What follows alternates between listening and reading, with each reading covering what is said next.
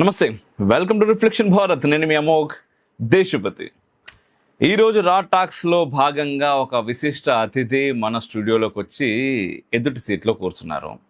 అయితే స్టూడియోకి రాలేదు కానీ మన కెమెరా ముందుకి వారు గతంలో రావడం జరిగింది. అండ్ మీరందరూ కూడా చాలా పెద్ద స్థాయిలో ఆ ఇన్ఫర్మేషన్ చూసిర్రు, షేర్ చేసిర్రు. ఎట్ ది సేమ్ టైం వారితో మరికొన్ని ఎపిసోడ్లు చేస్తే బాగుంటుంది అని కూడా చాలామంది అడిగారు.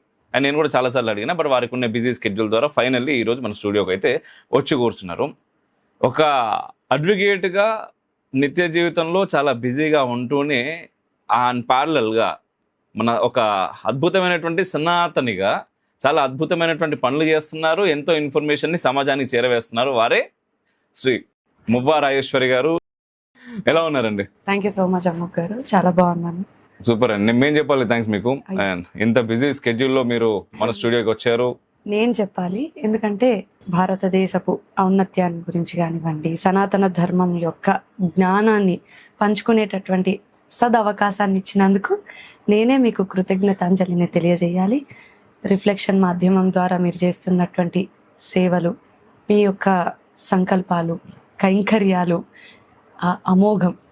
కాబట్టి వాటన్నిటికీ కూడా ఒక భారతీయురాలుగా గర్విస్తూ మీ యొక్క ప్రేక్షకుల తరపున నేను కృతజ్ఞతాంజలిని తెలియజేస్తాను. థ్యాంక్స్ అండి. నిత్య జీవితంలో చాలా బిజీగా ఉంటూనే అద్భుతమైనటువంటి సనాతనిగా ఎంతో ఇన్ఫర్మేషన్ ని సమాజానికి చేరవేస్తున్నారు మువ్వా రాజేశ్వరి గారు. రిఫ్లెక్షన్ మాధ్యమం ద్వారా మీరు చేస్తున్నటువంటి సేవలు అమోఘం. జయ జయ మహావీర మహాధీర ధౌరేయ దేవాసుర సమర సమయ సముదిత నిఖిల నిశ్చర నిర్ధారిత. జయ శ్రీరామ. మాటలు లేవు, మాట్లాడుకోవడాలు లేవు, మాట్లాడాలి ఇప్పుడు. ధర్మము, దేశము ఇటువైపు రావడానికి ఎక్కడ బీజం పడింది? ధర్మాన్ని వైపు నడిపించేదే న్యాయం. కానీ దాన్ని దాటి ఇంకేదో అటువంటిది ఏదన్నా ఉంది అని అంటే అది సనాతన ధర్మం. చాలా మందికి ప్రశ్నించే తత్వం పెరిగిపోయింది, బట్ వాటికి సమాధానాలు చెప్పే వాళ్ళు కరువు అయిపోయారు. కొట్టిపడేస్తారు, ఇది లేదు అది లేదు. మనకి రాజ్యాలు ఉండేవి, రాజరికాలు ఉండేవి. రాముడి కాలంలోనే ఒక వెల్ఫేర్ స్టేట్ ఉండింది. మెకాలేనో చేశాడు, ఇంకో లార్డ్ విలియం బెంటిక్ చేశాడు అనేటటువంటి అపోహ, అజ్ఞాన తిమిరాంధకారాన్ని వదలాలి. మన సనాతన ధర్మం యొక్క ఎగ్జాల్టెడ్ ఫామ్ తెలుసుకోవాలి అని అంటే కేవలం ఒక ప్రణాళిక బద్ధంగా మనల్ని చరిత్ర నుంచి దూరం చేశారు. నేను ఏకీభవించను, అంగీకరించను. నేను ఇష్టం వచ్చినట్టు మాట్లాడతా అంటే అది సమంజసమేనా? 8th క్లాస్ టెక్స్ట్ బుక్ లోని కరప్షన్ ఇన్ జుడిషియరీ అనేటటువంటి ఒక చాప్టర్ ని పెట్టడం, సుప్రీంకోర్టు దానిపైన సుమోటోగా తీసుకోవడం ఏంటిది? ఎంత దౌర్భాగ్యం! విద్య దదాతి వినయం అన్నారు. వినయం కాదు, విర్రవీగడం ఎక్కువైంది. మరి ఎవరు విద్యావంతులు? ప్రపంచంలో ఏదైనా ఒక కొత్త ఇన్వెన్షన్ రాగానే అరే ఏంట్రా మీరు ఇంకా ఇది మా వేదాల్లో ఉంది, మా ఋషులు చెప్పిర్రు అంటలేరేంది? భూగోళ సర్వతోభృత అని ఆర్యభట్ట భూగోళం గురించి చాలా సుస్పష్టంగా తెలియజేశాడు అని మనలో ఎంతమందికి తెలుసు? ఆదిశంకరాచార్యుల వారు ప్రాణశక్తి అపానశక్తి గురించి రాశారు. రామానుజాచార్యుల వారు ఒక ఇమాజినేషన్, ఇన్ఫరెన్స్ ద్వారా వరల్డ్ మ్యాప్ గీసి దాన్ని తిప్పి చూస్తే ఈ రోజు వరల్డ్ మ్యాప్ లాగే ఉంది అండ్ ఇట్ వాజ్ యాక్సెప్టెడ్. సూర్యుడి నుండి ఒక వెలుగు వస్తోంది, ఆ వెలుగు 7 రంగులుగా మారగలదు అని ఋగ్వేదంలో చాలా సుస్పష్టంగా. అనస్థీషియా గురించి కూడా అప్పుడే మనకు ఉంది అని ఎంతమందికి తెలుసు? మనకి వేదంలో చూసుకుంటే ప్రాస్థెటిక్ లెగ్ అనేటటువంటి దాని గురించి ఉందండి. మహాభారతంలోని టెస్ట్ ట్యూబ్ బేబీస్ గురించి ఎలాగా మనకి తెలియజేస్తుంది? ఫ్లైట్ అనేటటువంటి కాన్సెప్ట్ మనకి రైట్ బ్రదర్స్ కంటే 8 సంవత్సరాల ముందే WHO has declared that గోమూత్రం has certain effects and benefits of even curing AIDS. ఆయుర్వేదం ఎప్పుడో తెలియజేసింది కదా మనకి, దాన్ని ఎందుకు మనం గమనించాం? అగస్త్య మహాముని మనకి జనరేటింగ్ ఎలక్ట్రిసిటీ గురించి తెలియజేయడము ఒక ఇంటర్వ్యూలో అయ్యే కార్యక్రమం కాదు ఇది. అజ్ఞానంతో కళ్ళు మూసుకొని చూసుకోలేకపోతుంది. భారతదేశం అభివృద్ధి చెందుతున్న దేశం అని చెప్పి మనం చదువుకుంటున్నాము అంటే బికాస్ ఆఫ్ పొలిటికల్ లీడర్స్. అష్టాదశ జ్యోతిర్లింగాలు అన్ని ఒక 79 degrees ఈస్ట్ లాటిట్యూడ్ లో. ఏంటి దీని వెనక ఉన్న science? Kailasa temple single rock తో 2 లక్షల టన్నుల్ని తొలగించారంటే అది మాటలా? మొదేరా సన్ టెంపుల్ అనేటటువంటి ఆలయంలోని సన్ నుండి వచ్చేటటువంటి ప్రథమ రేస్ డైరెక్ట్ డిటి యొక్క, మరి ఎంత సైన్స్ ఉంది దీని వెనక. ధర్మం గురించి ఎవరు మాట్లాడినా కూడా ఒక రకమైనటువంటి ఒక వ్యతిరేకత వస్తూ ఉంటది. డెఫినెట్ గా వస్తాయి, కొన్ని బాధిస్తాయి. లిప్స్టిక్ ఎందుకు పెట్టుకున్నారు, కమ్మలు ఎందుకు పెట్టుకున్నారు, అరే చాలా ప్రశ్నలు ఉన్నాయి అడగాల్సినవి అండ్ మీ ద్వారా తెలుసుకోవాల్సినవి. అన్నింటికంటే ముందు బేసిక్గా మువ్వా రాజేశ్వరి గారు అండ్ నాకు బాగా అలవాటు, నేను ఇలాగే పిలుస్తూ ఉంటాను రైట్. మువ్వా రాజేశ్వరి గారు ఇటు నాట్య శాస్త్రంలో చాలా అద్భుతమైనటువంటి ప్రతిభ ఉన్నది. వారు అనేక పర్ఫార్మెన్స్లు కూడా ఇచ్చారు. దాంతో పాటుగా నేను చాలా సందర్భాల్లో వింటా ఉంటాను మీ రాగాలు మీ నోటి ద్వారా కూడా. సో ఫస్ట్ ఒక పాట పాడి మనం షోలోకి వెళ్ళిపోతాం. పాట కొంచెం బ్యాడ్ థ్రోట్, ఏమనుకోవద్దు. అయ్యో ఐల్ ట్రై, కొంచెం బ్యాడ్ థ్రోట్ ప్లీజ్. జయ జయ మహావీర మహాధీర ధౌరేయ దేవాసుర సమర సమయ సముదిత నిఖిల నిర్చర నిర్ధారిత నిరవధిక మహాత్మ్య దశవదన దమిత దైవత పరిషదభ్యర్థిత దాసరథి భావ దినకర కుల కమల దివాకర దివిశదధిపతి రణ సహచరణ చతుర దశరథ చరమరణ విమోచన కోసల సుత కుమార భావ కంజుకిత కారణాకార కౌమార కేళి గోపాయిత కౌశికాధ్వర రణాధ్వర దుర్య భవ్య దివ్యాస్త్ర బృంద వందిత ప్రణత జన విమత విమధన తుర్లలిత తోర్లలిత తనుతర విషి కవితాడన వికటిత విశరారు శరారు తాటక తాటకేయ జడ కిరణ సకల ధర జటిల నటపతి మకుట దట నటన పటు విబుధ సరిదతి బహుళ మధుగళన లలిత పద నళిన రజ నిజ వృజిన జహదు పల తనురుచిర పరమ మునివర యువతి నుతా కుసిక సుత కథిత వివిధ నవ వివిధ కథా మైథిల నగర సులోచన లోచన చకోర చంద్ర ఖండ పరశు కోదండ ప్రఖాండ ఖండన శౌండ భుజదండ చండకర కిరణ మండల బోధిత పుండరీ కవన రుచిలుంట కలోచన మోచిత జనక హృదయ శంఖాతంక పరిహృత నిఖిల నరపతి వరణ జనక ద్రుహి కుచదట విహరణ సముచిత కరతళ శతకోటి శతగుణ కఠిన పరశుధర మునివర కరధృత దురవన మత మనిజ ధనురాకర్షణ ప్రకాశిత పరమేష్ట్య క్రతుహర శిఖరి కౌతుక బృహత్యున్ముఖ జగతరూతు తచిత హరి దంతి దంత దంతురద సవదన దమన కుశల దశ శతభుజ మృక నృపతి కుల రుధిర జర భరిత మృదుతర తటాక తర్పిత పితృక భృగుపతి సుఖతి విహతి కరనత పరుడి సుపరికా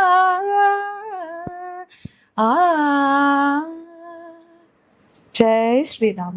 జై శ్రీరామ. మీ గురించి ఓన్లీ ఫర్ రిఫ్లెక్షన్ మొదటిసారి నా గాత్రం. అసలు రాముడు అంతే, మాటలు లేవు, మాట్లాడుకోవడాలు లేవు, మాట్లాడాలి ఇప్పుడు అన్నట్టుగా ఉంది పరిస్థితి ఇక్కడ.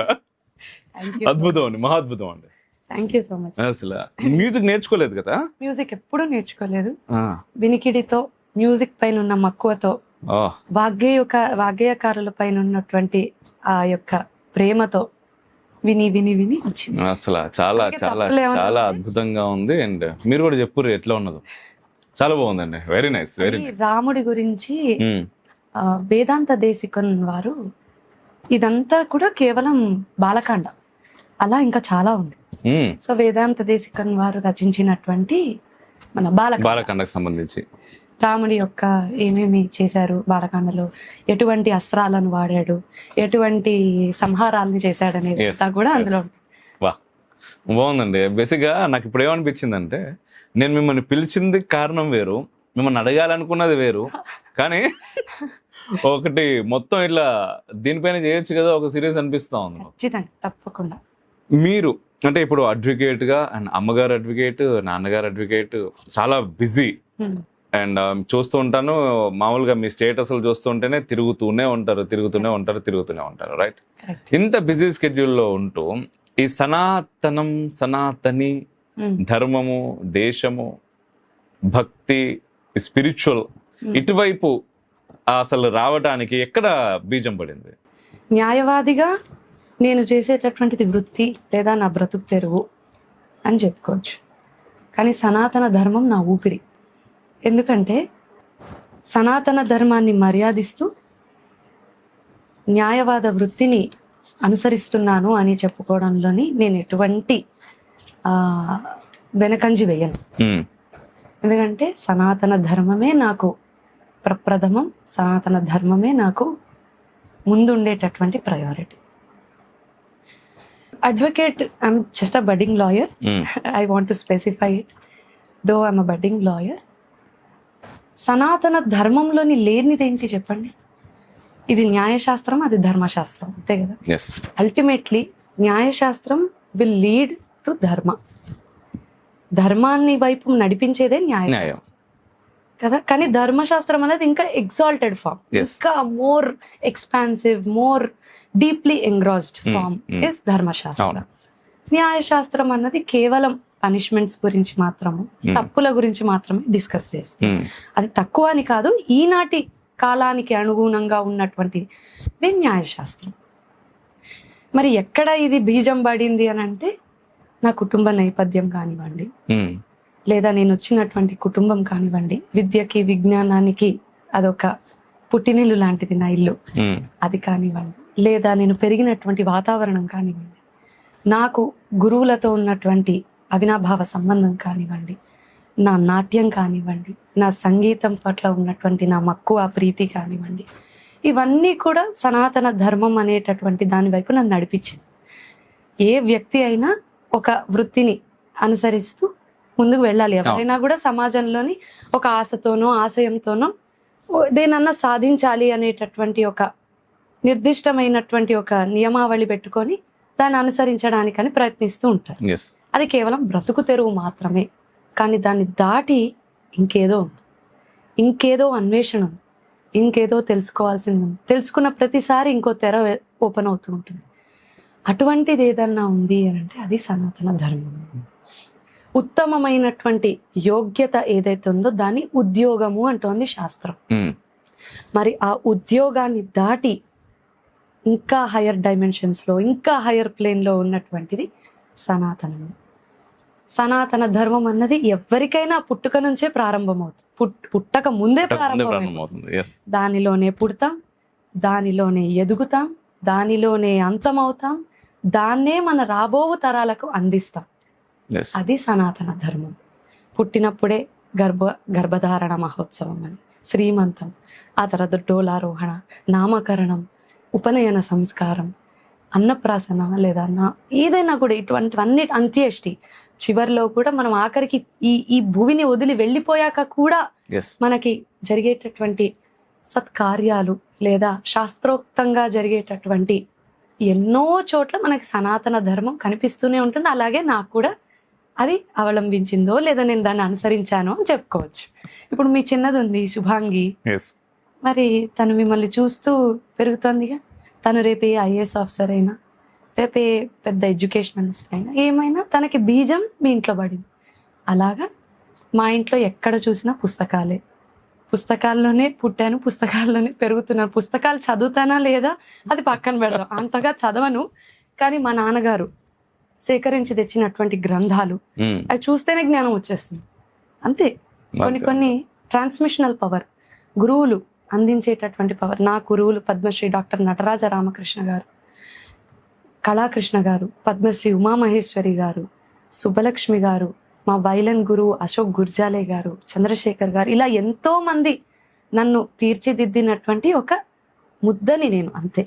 వారు తీర్చిదిద్దితే నేను ఇలా సనాతన ధర్మం వైపు ఒక్కొక్కటి తెలుసుకుంటూ, నన్ను నేను మార్చుకుంటూ, నాకు తెలిసింది 10 మందికి తెలియజేస్తూ, మీలాంటి రిఫ్లెక్షన్ ఛానల్ ద్వారా, అమోఘ్ దేశపతి లాంటి గారి సజ్జన సంగత్యం ద్వారా అది 10 మందికి తెలియజేసేలా నా ప్రయత్నం నేను చేస్తున్నాను. అద్భుతం. అసలు వర్డింగ్ ఫార్మేషన్ చాలా బాగుంటుందండి మీ దగ్గర, చాలా బాగుంటుంది. ఇక్కడ 2 ప్రశ్నలు. ఒకటి, నార్మల్గా అంటే చిన్న వయసులో మనం ఇంట్లో కావచ్చు, మన చుట్టూ ఉండేటటువంటి పరిసరాల ద్వారా కావచ్చు, ఆ ఇన్ఫ్లుయెన్స్ కావచ్చు, లేదా మనం చూసి కావచ్చు, కొన్ని మన బ్రెయిన్లో అలాగే ఫీడ్ అయిపోతాయి అండ్ లైఫ్ లాంగ్ అది ఉండవచ్చు. కరెక్ట్. అండ్ రెండవది ఏంటంటే ఈ 10th క్లాస్ ఇంటర్మీడియట్ వచ్చిన తర్వాత మనం ఇండిపెండెంట్ గా ఆలోచించేటటువంటి మనుషులుగా తయారవుతారు కరెక్ట్. జనాలు. కరెక్ట్. అండ్ దాంట్లో ఏంటి అంటే చాలా సందర్భాల్లో మన ఇంట్లో చూసింది కావచ్చు, మన కళ్ళ ముందు కనబడుతుంది కావచ్చు, మనం ఎక్కడో విన్నది కావచ్చు, ఇది కరెక్ట్ కాదేమో కదా అంటే చాలా సందర్భాల్లో మన ప్రశ్నలకి సమాధానాలు దొరకక యువతరం ఈ రోజు అలాగే ఉంది. చాలా మందికి ప్రశ్నించే తత్వం పెరిగిపోయింది, బట్ వాటికి సమాధానాలు చెప్పే వాళ్ళు కరువైపోయారు. సో ప్రశ్నగానే మిగులుతున్నది. సో ఏంటంటే మనం అప్పటి వరకు మనం విన్నదంతా కూడా అబద్ధమేమో అనిపిస్తుంది. అండ్ దట్టు మీరేంటి అంటే ఇప్పుడు న్యాయశాస్త్రం అండ్ అడ్వకేట్ దీనిలో చదువుతున్నారు, దీంట్లో వెళ్తున్నారు, లోతులోకి వెళ్తున్నారు, రైట్. అండ్ కేసులు కూడా వాదిస్తున్నారు మీరు అనేక. సో ఇక్కడ ఏదైనా కూడా న్యాయశాస్త్రంలో ఎవిడెన్స్ ఉందా, లాజిక్ ఏంటి అని చెప్పేసి మాట్లాడుతూ ఉంటారు. ఏదైనా కూడా ఫైనల్ గా ఏదైనా సరే ఎవిడెన్స్ ఉందా, ఎవిడెన్స్ ఉంటేనే మేము నమ్ముతాము అనే దాంట్లో న్యాయశాస్త్రం మొత్తం దానిపైనే వర్క్ అవుతా ఉంటుంది. బట్ ఇక్కడ ధర్మం విషయానికి వచ్చేసరికి అనేక విషయాలు మన దాంట్లో చెప్పలేక సరిగా కొన్ని అంటే ఎక్స్పీరియన్స్ చేయలేక ఇది మూఢనమ్మకము, ఇది మూఢత్వము అని చెప్పేసి చాలా మంది పెద్ద వాళ్ళే మన దాంట్లో అంటే ధర్మం గురించే మేము ఉన్నాము బ్రతుకుతున్నాం అనుకునే వాళ్ళు కూడా చాలా విషయాలని కొట్టిపడేస్తారు. ఇది లేదు, అది లేదు, ఇది మూఢనమ్మకం అని చెప్పేసి. అసలు మీరు సనాతన ధర్మాన్ని ఇటు న్యాయశాస్త్రంలోకి వచ్చిన తర్వాత ఈ ఎవిడెన్స్లు ఇవన్నీ చూసిన తర్వాత అసలు ఎలా దీన్ని మీరు బ్యాలెన్స్ చేస్తున్నారు? చాలా మంచి ప్రశ్న, చాలా క్లిష్టమైన ప్రశ్న. ఈ ప్రశ్నలో రెండు ఉన్నాయి. ఒకటి లాజిక్, ఎవిడెన్స్, మీరు అన్నట్టుగా న్యాయశాస్త్రం, ధర్మశాస్త్రం. రెండవది ధర్మాన్ని మూఢనమ్మకంగా చూస్తున్నటువంటి వారికి మీరు ఏం సమాధానం చెప్తారు అని అంటున్నారు. న్యాయశాస్త్రంలో మీరు అన్నటువంటి లాజిక్ అనే పదం వాడారు కదా, అది దాని తర్కము అని అంటారు. రీజనింగ్ ని తార్కికం అంటారు. ఇవన్నీ కూడా నారద భక్తి సూత్రాల్లో చాలా సుస్పష్టంగా ఉన్నాయి. మరి అదే ఈనాటి కాలంలో మనం చూసుకుంటే దానిని ఒక వివాదం ఎప్పుడైనా వచ్చిందనుకోండి, ఆ వివాదాన్ని ఎలాగ మనము సాల్వ్ చేయాలి అనేటటువంటి దాని గురించి ఎలాంటి ఎవిడెన్సెస్ ఉంటాయి, ఎలాంటి ప్రమాణ, అనుమాన, ఇలాంటివన్నీ కూడా ఎలాంటివి ఉంటాయి అని నారద భక్తి సూత్రం చాలా చాలా విశ్లేషించి విశదీకరించి చెప్తుంది మనకి. అదే మనము ధర్మశాస్త్రాలకు వచ్చినప్పుడు, ధర్మశాస్త్రాలు ఇది చాలా పెద్ద టాపిక్ అండి. ఎందుకంటే అసలు ఫస్ట్ ధర్మం అంటే ఏంటి, ఫస్ట్ అసలు వాట్ ఈస్ ధర్మ? అందరూ ధర్మం అని అంటున్నారు. అసలు ధర్మం అంటే ఏంటి అనేటటువంటి ప్రశ్న మనల్ని మనము ఫస్ట్ అడగవలసినటువంటి నిజం.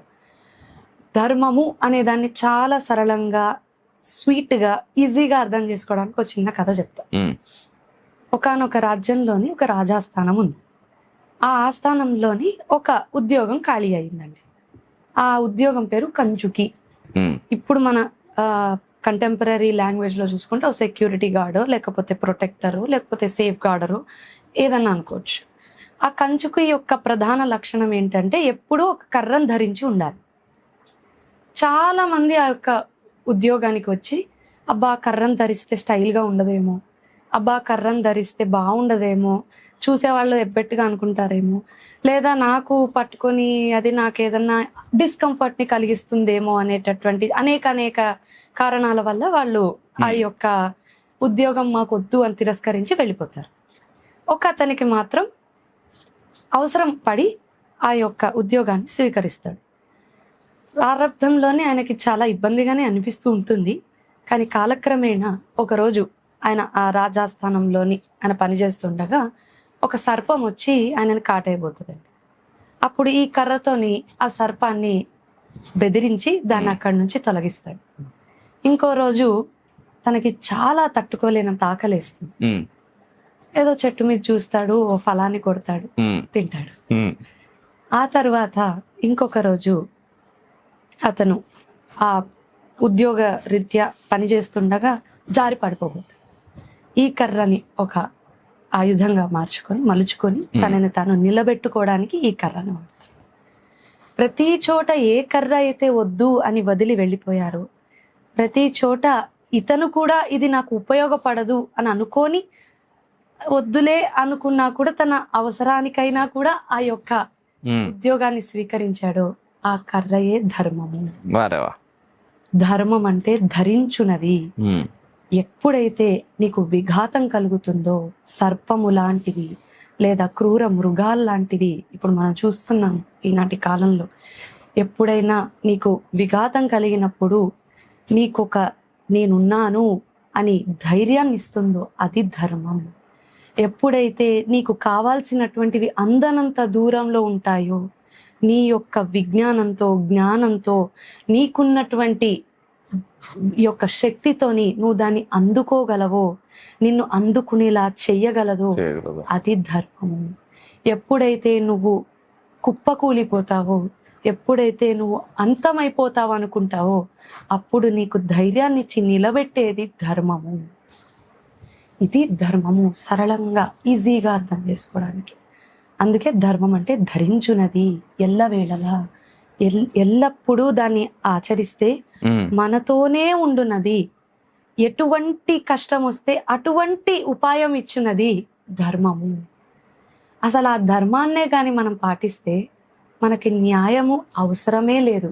ఎందుకంటే న్యాయాన్ని దాటి ధర్మం ఉంది. న్యాయం వితౌట్ ధర్మ is like a flower without a fragrance. అంతే కదా, అంతే. దానికి ఒక అర్థమే లేదు.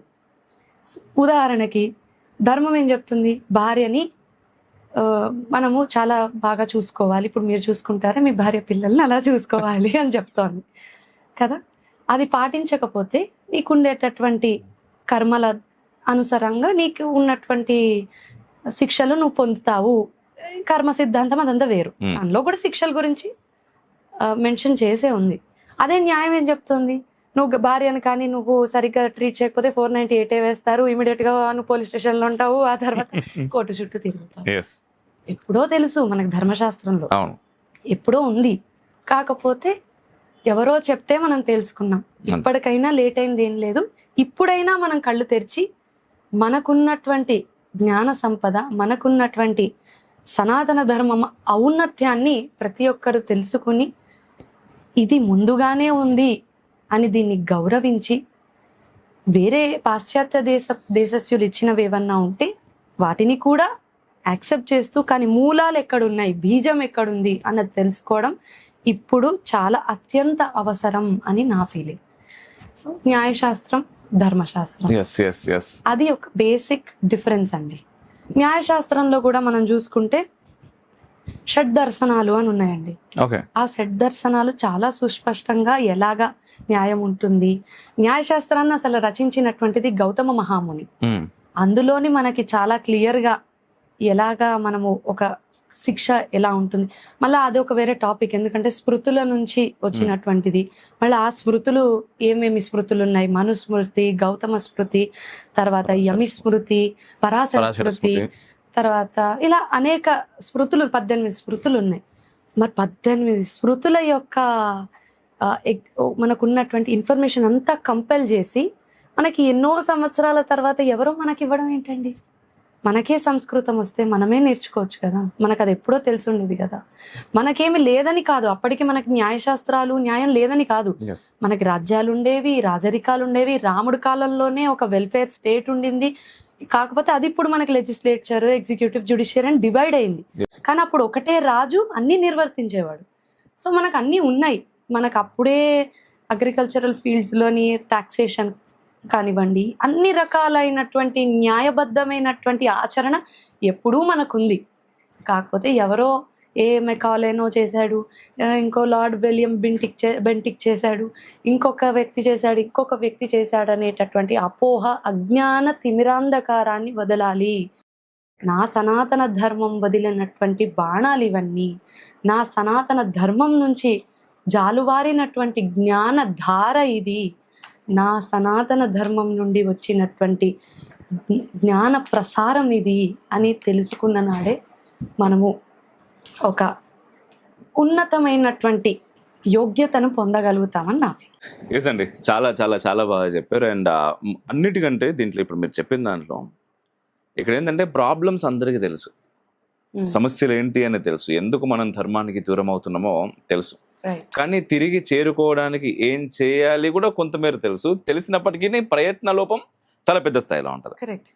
అండ్ ఆ ప్రయత్న లోపం సామాన్యులకి సైతం ఉండకూడదనే భావనతో మనం సనాతన స్కూల్ అనే ఛానల్ ప్రస్తుతానికి స్టార్ట్ చేసాం. నెక్స్ట్ అది యాప్ కూడా రాబోతుంది. ఆ తర్వాత ఆఫ్లైన్లో కూడా వెళ్ళాలి అనేది ఆలోచన ఆ తల్లి ఇచ్చినటువంటి శక్తితో. అయితే ప్రస్తుతానికైతే మనం సంస్కృతం క్లాసెస్ స్టార్ట్ చేస్తాం. మీరు ఇప్పుడు అంటుంటే నాకు అనిపించింది, ఎందుకంటే సంస్కృతం అనేది నిజంగా అన్నిటికీ ముఖ్యం అండి, బేస్ అది. అంతే కదండి. భాష అన్నది కమ్యూనికేషన్. Yes. కమ్యూనికేషన్ తో ట్రేడింగ్ అయింది, కమ్యూనికేషన్ తోని వరల్డ్ ఎకానమీ మారింది, వరల్డ్ హిస్టరీ మారింది. Yes. Communication is everything. ఇప్పుడు మనం కమ్యూనికేట్ చేస్తున్నాం కాబట్టి కనీసం ఈ మాత్రం అన్నా తెలుస్తాం. నిజం నిజం. కమ్యూనికేషన్ మన సనాతన ధర్మం యొక్క విశిష్టత, వైశాల్యము, దాని యొక్క ఎగ్జాల్టెడ్ ఫామ్ తెలుసుకోవాలి అని అంటే కేవలం సంస్కృతం నేర్చుకున్న నాడే తెలుసుకోగలం. ఎందుకంటే ఎటువంటి శృతులైనా వేదమైనా ఎటువంటిదైనా తెలుసుకోవాలంటే సంస్కృతం రావాలి. మీరు చేస్తున్నటువంటి ఆ సంకల్పం చాలా గొప్ప సంకల్పం. విజయోస్తు. థ్యాంక్ యూ అండి. సో సనాతన స్కూల్ యూట్యూబ్ ఛానల్ పోతే మనదే, దాన్ని సబ్స్క్రైబ్ చేసి సంస్కృతం క్లాసెస్ ఆల్రెడీ స్టార్ట్ అయినాయి. ప్రస్తుతానికి మీరు అవి చూస్తూ ఉండండి. ఆఫ్లైన్ క్లాసెస్ జరుగుతాయి, ఆన్లైన్ క్లాసులు జరుగుతాయి, యాప్ ద్వారా జరుగుతాయి, ఇంకా చాలా ఉన్నది అబ్బా చేయబోయేది. అండ్ ఇక్కడికి వచ్చేద్దాం మళ్ళీ. ముఖ్యంగా ఈరోజు ఎడ్యుకేషన్ సిస్టమ్ కావచ్చు, మనం చదువుకుంటున్నటువంటి వ్యవస్థ కావచ్చు, ఫస్ట్ నేను చెప్పినట్టుగా ఏంటంటే అనేక ప్రశ్నలుగానే మిగిలిపోతున్నాయి. కరెక్ట్. అంటే కొన్ని జనరేషన్స్ మనం అసలైనటువంటి వాస్తవ చరిత్రకి దూరం చేసిరని చెప్పొచ్చు. కరెక్ట్. ఎందుకంటే దూరమైన దానికంటే కూడా ఒక ప్రణాళిక బద్ధంగా మనల్ని చరిత్ర నుంచి దూరం చేశారు. సో అనేక ప్రశ్నలు అట్లా మిగిలిపోయినాయి. ఈరోజు చాలా పెద్ద విద్యావంతులు, అంటే ఉన్నత చదువులు చదువుకున్నటువంటి వాళ్ళు ధర్మం గురించి మాట్లాడగానే రెండు మాట్లాడతారు. ఎవడైతే ధర్మం గురించి చాలా అంటే మేము చేయాలి మాట్లాడాలి అనుకుంటున్నాడో వాడు ఒక మతోన్మాది. ధర్మం అనగానే హిందూ మతం, వాడు మాట్లాడేవాడు మతోన్మాది అవుతున్నాడు. రెండవది, ఫస్ట్ నేను అడిగాను మిమ్మల్ని, ఈ లాజిక్ లెస్గా ఉంటున్నాయి ఇవన్నీ మూఢనమ్మకాలు అని చెప్పేసి మాట్లాడే వాళ్ళ సంఖ్య చాలా పెరిగిపోతుంది. మన దురదృష్టం ఏంటి అంటే అలా మాట్లాడే వాళ్ళందరూ కూడా చాలా పెద్ద విద్యావంతులై ఉంటున్నారు. దీన్ని ఎలా చూడొచ్చు, మీరు ఎలా చూస్తారు? మొదటిగా మీరు అన్నారు కదా, మనది కూడా మన పైన ఫోర్స్ చేశారు మనం ఇది తెలుసుకోకుండా ఉండేలాగా అనే మాటని నేను ఏకీభవించను, అంగీకరించను. ఎవరు ఎన్ని చేసినా వాస్తవాన్ని తెలుసుకోవాల్సినటువంటి బాధ్యత మనది. లాలో ఒకటి ఉందండి, ఇగ్నోరెన్షియా జూరిస్ నాన్ ఎక్స్క్యూజెడ్. అంటే లా గురించి తెలుసుకోకపోవడం అసలు ఇన్ఎక్స్క్యూజబుల్ ఇన్ లా. తెలుసుకోవాల్సినటువంటి బాధ్యత మనది, తెలియజేయాల్సినటువంటి బాధ్యత తల్లిదండ్రులది, లేదా గురువులది, లేదా ఆచార్యులది, లేదా ఇంకెవరిదైనా కావచ్చు. లేదా మనకే ఒక తృష్ణ అన్నది ఉండాలి, తెలుసుకోవాలి అనేటటువంటి తపన మనలో ఉద్భవించాలి. నిరంతరం సత్యాన్వేషణ గురించి జరుగుతూనే ఉండాలి. సో నేను అదొక్కటి నేను అంగీకరించను. ఇప్పుడు మీరున్నారు, మీ అమ్మాయికి నేర్పిస్తున్నారు కాబట్టి తను తీర్చిదిద్దబడుతుంది తెలుసుకునే విధానంగా. మీకెవరు నేర్పించారు? మీరు తెలుసుకున్నారు. Because you started discovering and you started knowing everything. So ఆ యొక్క పరుగు ఎవరిది వాళ్ళు చేయాలి, లేదా ఒకరి ద్వారా అయినా అది జరుగుతూ ఉండాలి. సో అదొక్కటి నేను ఏకీభవించాను. ఇంకొక మాట మీరు అన్నారు, ధర్మాన్ని మూఢనమ్మకంగా చూస్తున్నారు. విజ్ఞానవంతుల మీరు ఏదో పదం వాడారు. ఎవరు వాళ్ళు? ఎవరు ఆ విద్యావంతులు? ఎవరు ఆ విద్యావంతులు? ఎంబ్రయాలజీ నేర్చుకున్న వాళ్ళ, మెటాఫిజిక్స్ నేర్చుకున్న వాళ్ళ, బొటానికల్స్ గురించి తెలుసుకున్నవారా, ఆస్ట్రానమీ తెలుసుకున్నవారా, గైనకాలజీ తెలుసుకున్నవారా, క్వాంటమ్ ఫిజిక్స్ తెలుసుకున్నవారా, లేదా సెల్యులాలజీ గురించి తెలుసుకున్నవారా, ఆంకాలజీ గురించి తెలుసుకున్నవారా, లేదా లా గురించి తెలుసుకున్నవారా, లేదా సివిల్ ఇంజనీరింగ్ తెలుసుకున్న వాళ్ళ, సౌండ్ ఇంజనీరింగ్ తెలుసుకున్న వాళ్ళ, మెటలర్జీ తెలుసుకున్న వాళ్ళ, ఆర్కియాలజీ తెలుసుకున్న వాళ్ళ, దేని గురించి తెలుసుకున్న వాళ్ళు? ఇప్పుడు ఉన్నటువంటి విద్యా వ్యవస్థలోని ఏదన్నా ఒక్క దాంట్లోనే కదా మాస్టరీ. అది కూడా పరిపూర్ణమైన మాస్టరీ కాదు. గట్టిగా చెప్పాలంటే కరెక్ట్. సో ఏది తెలుసుకున్నటువంటి వాళ్ళు ఎలా విద్యావంతులు అవుతారు? సమాజానికి హితం చేస్తే అవుతారు. కానీ ఒక పరమాణువు మాత్రమే తెలుసుకొని ఒక పర్వతాన్ని నేను ఇష్టం వచ్చినట్టు మాట్లాడతా అంటే అది సమంజసమేనా? అది హర్షించదగమైనటువంటి విషయమేనా అది? సో చిన్న విషయాన్ని తెలుసుకొని అంత మురిసిపోతే మరి సనాతన ధర్మం అనేటటువంటిది ఆకాశం లాంటిది, విశ్వం లాంటిది. దాంట్లోని లేనిదేంటి, దాంట్లోని కనిపించనిదేంటి? ఆనాటి విద్యా వ్యవస్థలోని మనకు అన్నీ ఉన్నాయి, సర్వం. ఋషులు ఒక్క దగ్గర కూర్చొని మనకు అన్నీ నేర్పించారు, సర్వము తెలియజేశారు. అప్పుడంతా కూడా హృదయస్థం. అప్పుడు ఉన్నటువంటి విద్యా వ్యవస్థలోని ఋషులు చెప్పినటువంటిది వినికిడి ద్వారా, శృతి ద్వారా, ఆ అపౌరుషయ వాక్యాన్ని వేదం అంటారు. ఆ వేదాన్ని వినికిడితో నేర్చుకునేవి.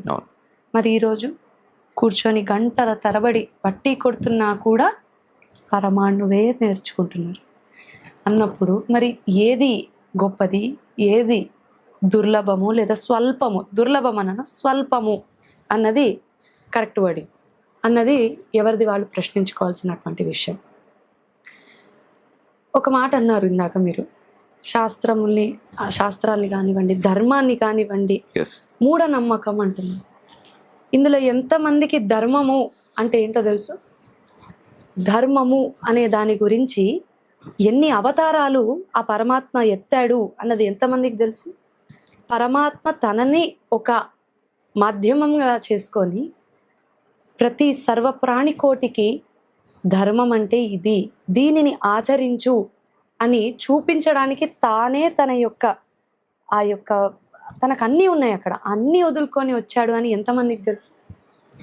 ధర్మాన్ని సింపుల్గా అర్థం చేసుకోవడానికి భారతంలో ఒక ఇన్సిడెంట్ ఉంటుందండి. ఒక టైంలో పాండవులు వనవాసంలో ఆ యొక్క వనం అనేటటువంటి జర్నీలో ఉన్నప్పుడు చాలా పేదరికంలోని నీడ, తోడు ఏది కూడా లేకుండా సఫర్ అవుతూ ఉండేవాళ్ళు. అటువంటి సమయంలో కూడా ఋషులు వచ్చి వాళ్ళకి ధర్మము అనేటటువంటి దాని గురించి బోధిస్తూ ఉండేవాళ్ళు. ఆ ధర్మము సామాన్య ధర్మము, విశేష ధర్మం అని రెండు ఉండేవి. సామాన్య ధర్మం అంటే జనరల్గా భార్య భర్తతో ఎలా మెలగాలి, ఒక స్నేహితుడితో ఎలా మెలగాలి, అన్నదమ్ములు ఎలా ఉండాలి, ఇలాంటివన్నిటివి డిస్కస్ చేసేది సామాన్య ధర్మం. అలా ఒక సమయంలో సామాన్య ధర్మం గురించి ఒక ఋషి తెలియజేస్తుంటే అక్కడికి మార్కండేయ మహర్షి వస్తాడు. మార్కండేయ మహర్షి వచ్చి, ఆపండి, ఇదంతా కాదు, సామాన్య ధర్మము, విశేష ధర్మము తెలిసి దాని అప్లికబిలిటీ తెలిసిన వాడు మహాత్ముడు. తెలిస్తే సరిపోదు, ధర్మం గురించి వినడము, పలకడము లేదా 10 మందికి చెప్పడం కాదు, ధర్మాన్ని ఆచరించిన వాడు, ధర్మాన్ని అప్లై చేసినటువంటి వాడు జీవితంలో మహాత్ముడు అంటాడు. అని అటువంటి మహాత్ముడు కేవలం కృష్ణుడే. ఎందుకంటే కృష్ణం ధర్మం సనాతనం అంటాడు. అక్కడ వచ్చింది ధర్మం అనేటటువంటి పదం. మరి ఏంటి ధర్మము అనేటటువంటి ప్రశ్న మళ్ళీ ఉద్భవించింది. అన్న ప్రశ్నకి సమాధానం ఏంటంటే, ఏ ఆచరణ అయితే సర్వహితాన్ని కోరుతూ, సర్వహితం అంటే అక్కడ సర్వ ప్రాణికోటి, జీవకోటి లేదా చరాచర కోటి అన్నిటినీ, దేనికి కూడా, పర్యావరణము లేదా పాతాళము లేదా ఆకాశము లేదా జలము, పృథ్వీ, ఎవ్రీథింగ్, దేనికి కూడా హాని కలిగించకుండా సర్వ ప్రాణికోటికి హితము చేసేది ఏదైనా ఉంది అని అంటే దానిని ఆచరణ అంటారు. ఆ ఆచరణని జీవితంలో అప్లై చేస్తే అది ధర్మము అని చాలా సుస్పష్టంగా తెలియడం జరిగింది. అందుకే విష్ణు సహస్రనామంలో మనకు కనిపిస్తుంటుంది దాని యొక్క ఇది, ఆచరణ ప్రభవో ధర్మ, ధర్మస్య ప్రభవో అచ్యుత అని. అంటే ఆచరణనే నువ్వు జీవితాంతము పాటించగలిగితే సక్రమమైనటువంటి మార్గంలో అదే ధర్మము. ఆ ధర్మముకి ఎవరైనా ప్రభువు ఉన్నాడంటే అది పరమాత్మ అని మనకి విష్ణు సహస్రనామం చెప్తుంది. మరి ఏ ఎడ్యుకేషనల్ సిస్టమ్ చెప్పిందండి ఇటువంటి ధర్మాన్ని ఆచరించు అని? ఏ పాశ్చాత్య దేశస్యుడు వచ్చి ఇటువంటి మారల్ ఇథోస్ని మనలో ఇంబైబ్ చేశాడండి? మరి ఈనాటి విద్యా వ్యవస్థలో చూసుకుంటే ఎన్సీఆర్టీ బుక్స్లోని ఏం రాస్తున్నారు? 8th క్లాస్ టెక్స్ట్ బుక్లోని కరప్షన్ ఇన్ జ్యుడిషియరీ అనేటటువంటి ఒక చాప్టర్ని పెట్టడం, సుప్రీంకోర్టు దానిపైన కీలకమైనటువంటి సుమోటోగా తీసుకోవడం, దాని ఒక ఏంటిది, ఎంత దౌర్భాగ్యం. మన ఎన్సీఆర్టీస్లో సరే, మన అసలైన చరిత్ర ఎలాగో లేదు, అలాంటిది జుడిషియరీలోనే కరప్షన్ ఉంటుంది అని మీరు రాస్తే 8వ సంవత్సరం నుంచే 8వ ఏట నుంచే ప్రతి ఒక్క బాలికలు దాన్ని చదివి ఏమనుకుంటారు అంటే ఒక జుడిషియరీలోకి వెళ్ళిపోతే మనం కరప్షన్ చేసి బతికేయచ్చు, జుడిషియరీ అన్నది సామాన్యుడికి న్యాయం జరుగుతుంది అనేటటువంటి ఒక నమ్మకాన్ని ఇచ్చేటటువంటి ఒక ధర్మపరమైనటువంటి పీఠం అది. అంటే సామాన్యుడికి సైతం ఆ నమ్మకాన్ని వమ్ము చేయడానిక ఇప్పుడున్నటువంటి మన విద్యా వ్యవస్థలోని ఎన్సీఆర్టీ బుక్స్లను అలాంటివి ఇంబైబ్ చేస్తున్నారు. అప్పుడు ధర్మం చూసుకుంటే ఆ రామచంద్రమూర్తి ఒక జటాయువుకి, ఒక పక్షికి దహన సంస్కారాల్ని, మరణ సంస్కారాల్ని చేసినటువంటి గొప్ప విద్యని ఋషుల నుంచి తీసుకున్నట్టు ఆచరించినటువంటి యాక్సెప్ట్ చేసినటువంటి గొప్ప పరమ పురుషుడు రాముడైతే ఇప్పుడు ఏం విద్య అండి మనది? 500 కుక్కల్ని, సునకాలని ఒకేసారి చంపేమని. అని ఇక్కడ సర్వహితం ఎక్కడుంది? సర్వభూత హితం ఎక్కడుంది? సర్వ ప్రాణికోటికి మనం ఏం చేస్తున్నాం? అప్పట్లో యజ్ఞాలు చేసి పర్యావరణాన్ని ఒక ఒక ఒక మెథడాలజికల్గా ఒక ప్రాపర్ వేలో పెట్టేవాళ్ళం. మరి ఇప్పుడు పొల్యూషన్ ఎక్కడ చూడండి పొల్యూషన్. మైక్రో ఆర్గానిజమ్స్ని చంపేస్తాం, నదుల్ని చంపేస్తాం, బీచెస్ని చంపేస్తాం, సునకాల్ని చంపేస్తాం, పక్షుల్ని చంపేస్తాం. ఇదా మనం నేర్చుకుంటున్నటువంటి విద్య దదాతి వినయం అన్నారు. వినయం కాదు, విర్రవీగడం ఎక్కువైంది. మరి ఎవరు విద్యావంతులు, మరి ఏది ధర్మం అన్నది ఆ విద్యావంతులకే తెలియాలి. అంతే కదా. There is science behind everything. ఖచ్చితంగా there is logic behind everything. There is reasoning behind everything. అది నువ్వు చూడలేనంత మాత్రాన లేదు కాదు అని అంటే అది నీ యొక్క అమాయకత్వము అని అనుకొని వారికి వీలైతే తెలియజేసే ప్రయత్నం చేయాలి. కనీసం భావి భారత పౌరులైనా కూడా దీని యొక్క ఔన్నత్యాన్ని, దీని యొక్క గొప్పతనాన్ని తెలుసుకొని వాళ్ళైనా కనీసం దీన్ని ముందుకు తీసుకెళ్లే విధమైనటువంటి ధోరణి ఇప్పటికైనా ప్రారంభం కావాలి. బెటర్ లేట్ దెన్ నెవర్ అనేటటువంటిది నేను చాలా స్ట్రాంగ్గా బిలీవ్ చేస్తాను. ఎస్, నిజం, ఖచ్చితంగా జరగాలండి. అది జరిగితే బాగుంటుంది. ఆ జరిగే ప్రయత్నమే మనం అందరం చేస్తున్నాం. అదే కదా, ఇంకా పెద్ద స్థాయిలో జరగాలి. కాదండి, ధర్మం అనేటటువంటి దాని గురించి తెలుసుకోకుండా, ధర్మం యొక్క గొప్పతనం తెలుసుకోకుండా, ఆ ధర్మం గురించి, ఆ ఆచరణ గురించి, ఆ ఆచరణ తెలియకపోతే ఏమవుతారు, తెలిస్తే ఏమవుతారు, పాటిస్తే ఏమవుతారు, పాటించకపోతే ఏమవుతారు అని తెలియజేయడానికి పరమాత్మనే అవతారాలు తీసుకొని మనకి రామాయణము, భాగవతం ఇచ్చాడు. ఎంతమంది చదువుతున్నారండి దాన్ని? ఎంతమంది హిందువులు తీసి ఒక్కసారి కనీసం ఒక్క శ్లోకం చాలు, ఒక్క పదం చాలండి మన జీవితాన్ని మార్చుకోవడానికి, మన యొక్క ఈ గొప్పతనాన్ని తెలుసుకొని 10 మందికి తెలియజేయడం. ఒక్క పద చాలు, అందులో చాలా ఉంటుంది. అదే మనకి ఇంకా ఆ యొక్క ఇంక్విజిటివ్నెస్ అంటారు చూడండి, అది కలిగిస్తూనే ఉంటుంది, అనుక్షణం కలిగిస్తూనే ఉంటుంది. Take me as an example. నేను కూడా అంతే. ఐ వాజ్ ఆల్వేస్ స్మాల్, ఏదో ఆడుతూ పాడుతూ ఉండేదాన్ని, డాన్స్ చేసేదాన్ని. ఒక్క రామాయణం అనేటటువంటి రామ జన్మభూమి జడ్జిమెంట్ నుంచి మై లైఫ్ హెస్ ట్రాన్స్ఫార్మ్డ్. ఇంకా తెలుసుకోవాలి అనేటువంటి జిజ్ఞాస స్టార్ట్ అయింది. అది ఇంబైబ్ చేయండి. 10 మంది కామెంట్ చేస్తే మీరు కామెంట్ చేయడం కాదు, వాడు చేసే కామెంట్ నిజమా కాదా, అసలు శాస్త్రం ఏం చెప్తుంది, చరిత్ర ఏం చెప్తుంది, ఇతిహాసం ఏం చెప్తుంది అని తెలుసుకున్న నాడే నువ్వు ఒక పరిపూర్ణమైనటువంటి మనిషివి, మాట్లాడినటువంటి వాడు ఏంటి అన్నది నీకు అర్థమవుతుంది. పర్ఫెక్ట్. అయితే ఇక్కడ ఒక ప్రశ్న, మనం అంటే ఒక జోక్ కూడా ఉందండి బేసిక్గా. అంటే ప్రపంచంలో చాలా ఇన్వెన్షన్స్ జరుగుతూ ఉంటాయి. అంటే వెస్టర్న్ కావచ్చు, ఇక్కడ కావచ్చు, శాస్త్రవేత్తలు అంటే డే బై డే ప్రతిరోజు ఒక కొత్త ఇన్వెన్షన్ జరుగుతూనే ఉంటుంది. దాని గురించి అంటే ఆర్టిఫిషియల్ ఇంటెలిజెన్స్ దగ్గరకు వచ్చేసినాం. అండ్ ఎలాన్ మస్క్ లాంటి వాడు ఆర్టిఫిషియల్ ఏఐ అప్డేట్ అయినంత ఫాస్ట్గా మనుషులు అప్డేట్ అవ్వట్లేదు అని చెప్పేసి ఒక స్టేట్మెంట్ ఇచ్చాడు. ఎందుకంటే ఏఐ అంటే మొత్తం అయిపోయి, ప్రాజెక్ట్ అంతా అయిపోయి బయటకు వచ్చినాయి మాత్రమే మనం చూడగలుగుతాం. బట్ ఏంటంటే వాళ్ళు లోపల ఆ ప్రయోగశాలలో ఏం జరుగుతుంది, వేటి గురించి ఆలోచిస్తున్నాం అనే విషయం వాళ్ళకి కూడా తెలిసి ఉంటుంది. సో ఆయన మాట్లాడడం అంటే దాని వెనకాల చాలా పెద్ద రీజనింగ్ ఉండే ఉంటుంది. అది పక్కన పెడితే ఈరోజు ఎక్కడ నుంచి వెస్ట్రన్ మీడియా ఒక జోకులు వేస్తా ఉంటది. మన ఇండియన్స్ కూడా చాలా మంది సూడో సెక్యులర్స్ కావచ్చు, లెఫ్ట్ వాట్ ఎవర్ నార్మల్ జనాలు కూడా జోకులు వేస్తా ఉంటారు. ఏంటంటే ప్రపంచంలో ఏదైనా ఒక కొత్త ఇన్వెన్షన్ రాగానే అరే ఏంట్రా మీరు ఇంకా ఇది మా వేదాల్లో ఉంది, మా ఋషులు చెప్పిర్రు అంటలేరేంది అని చెప్పేసి మాట్లాడుతూ ఉంటారు.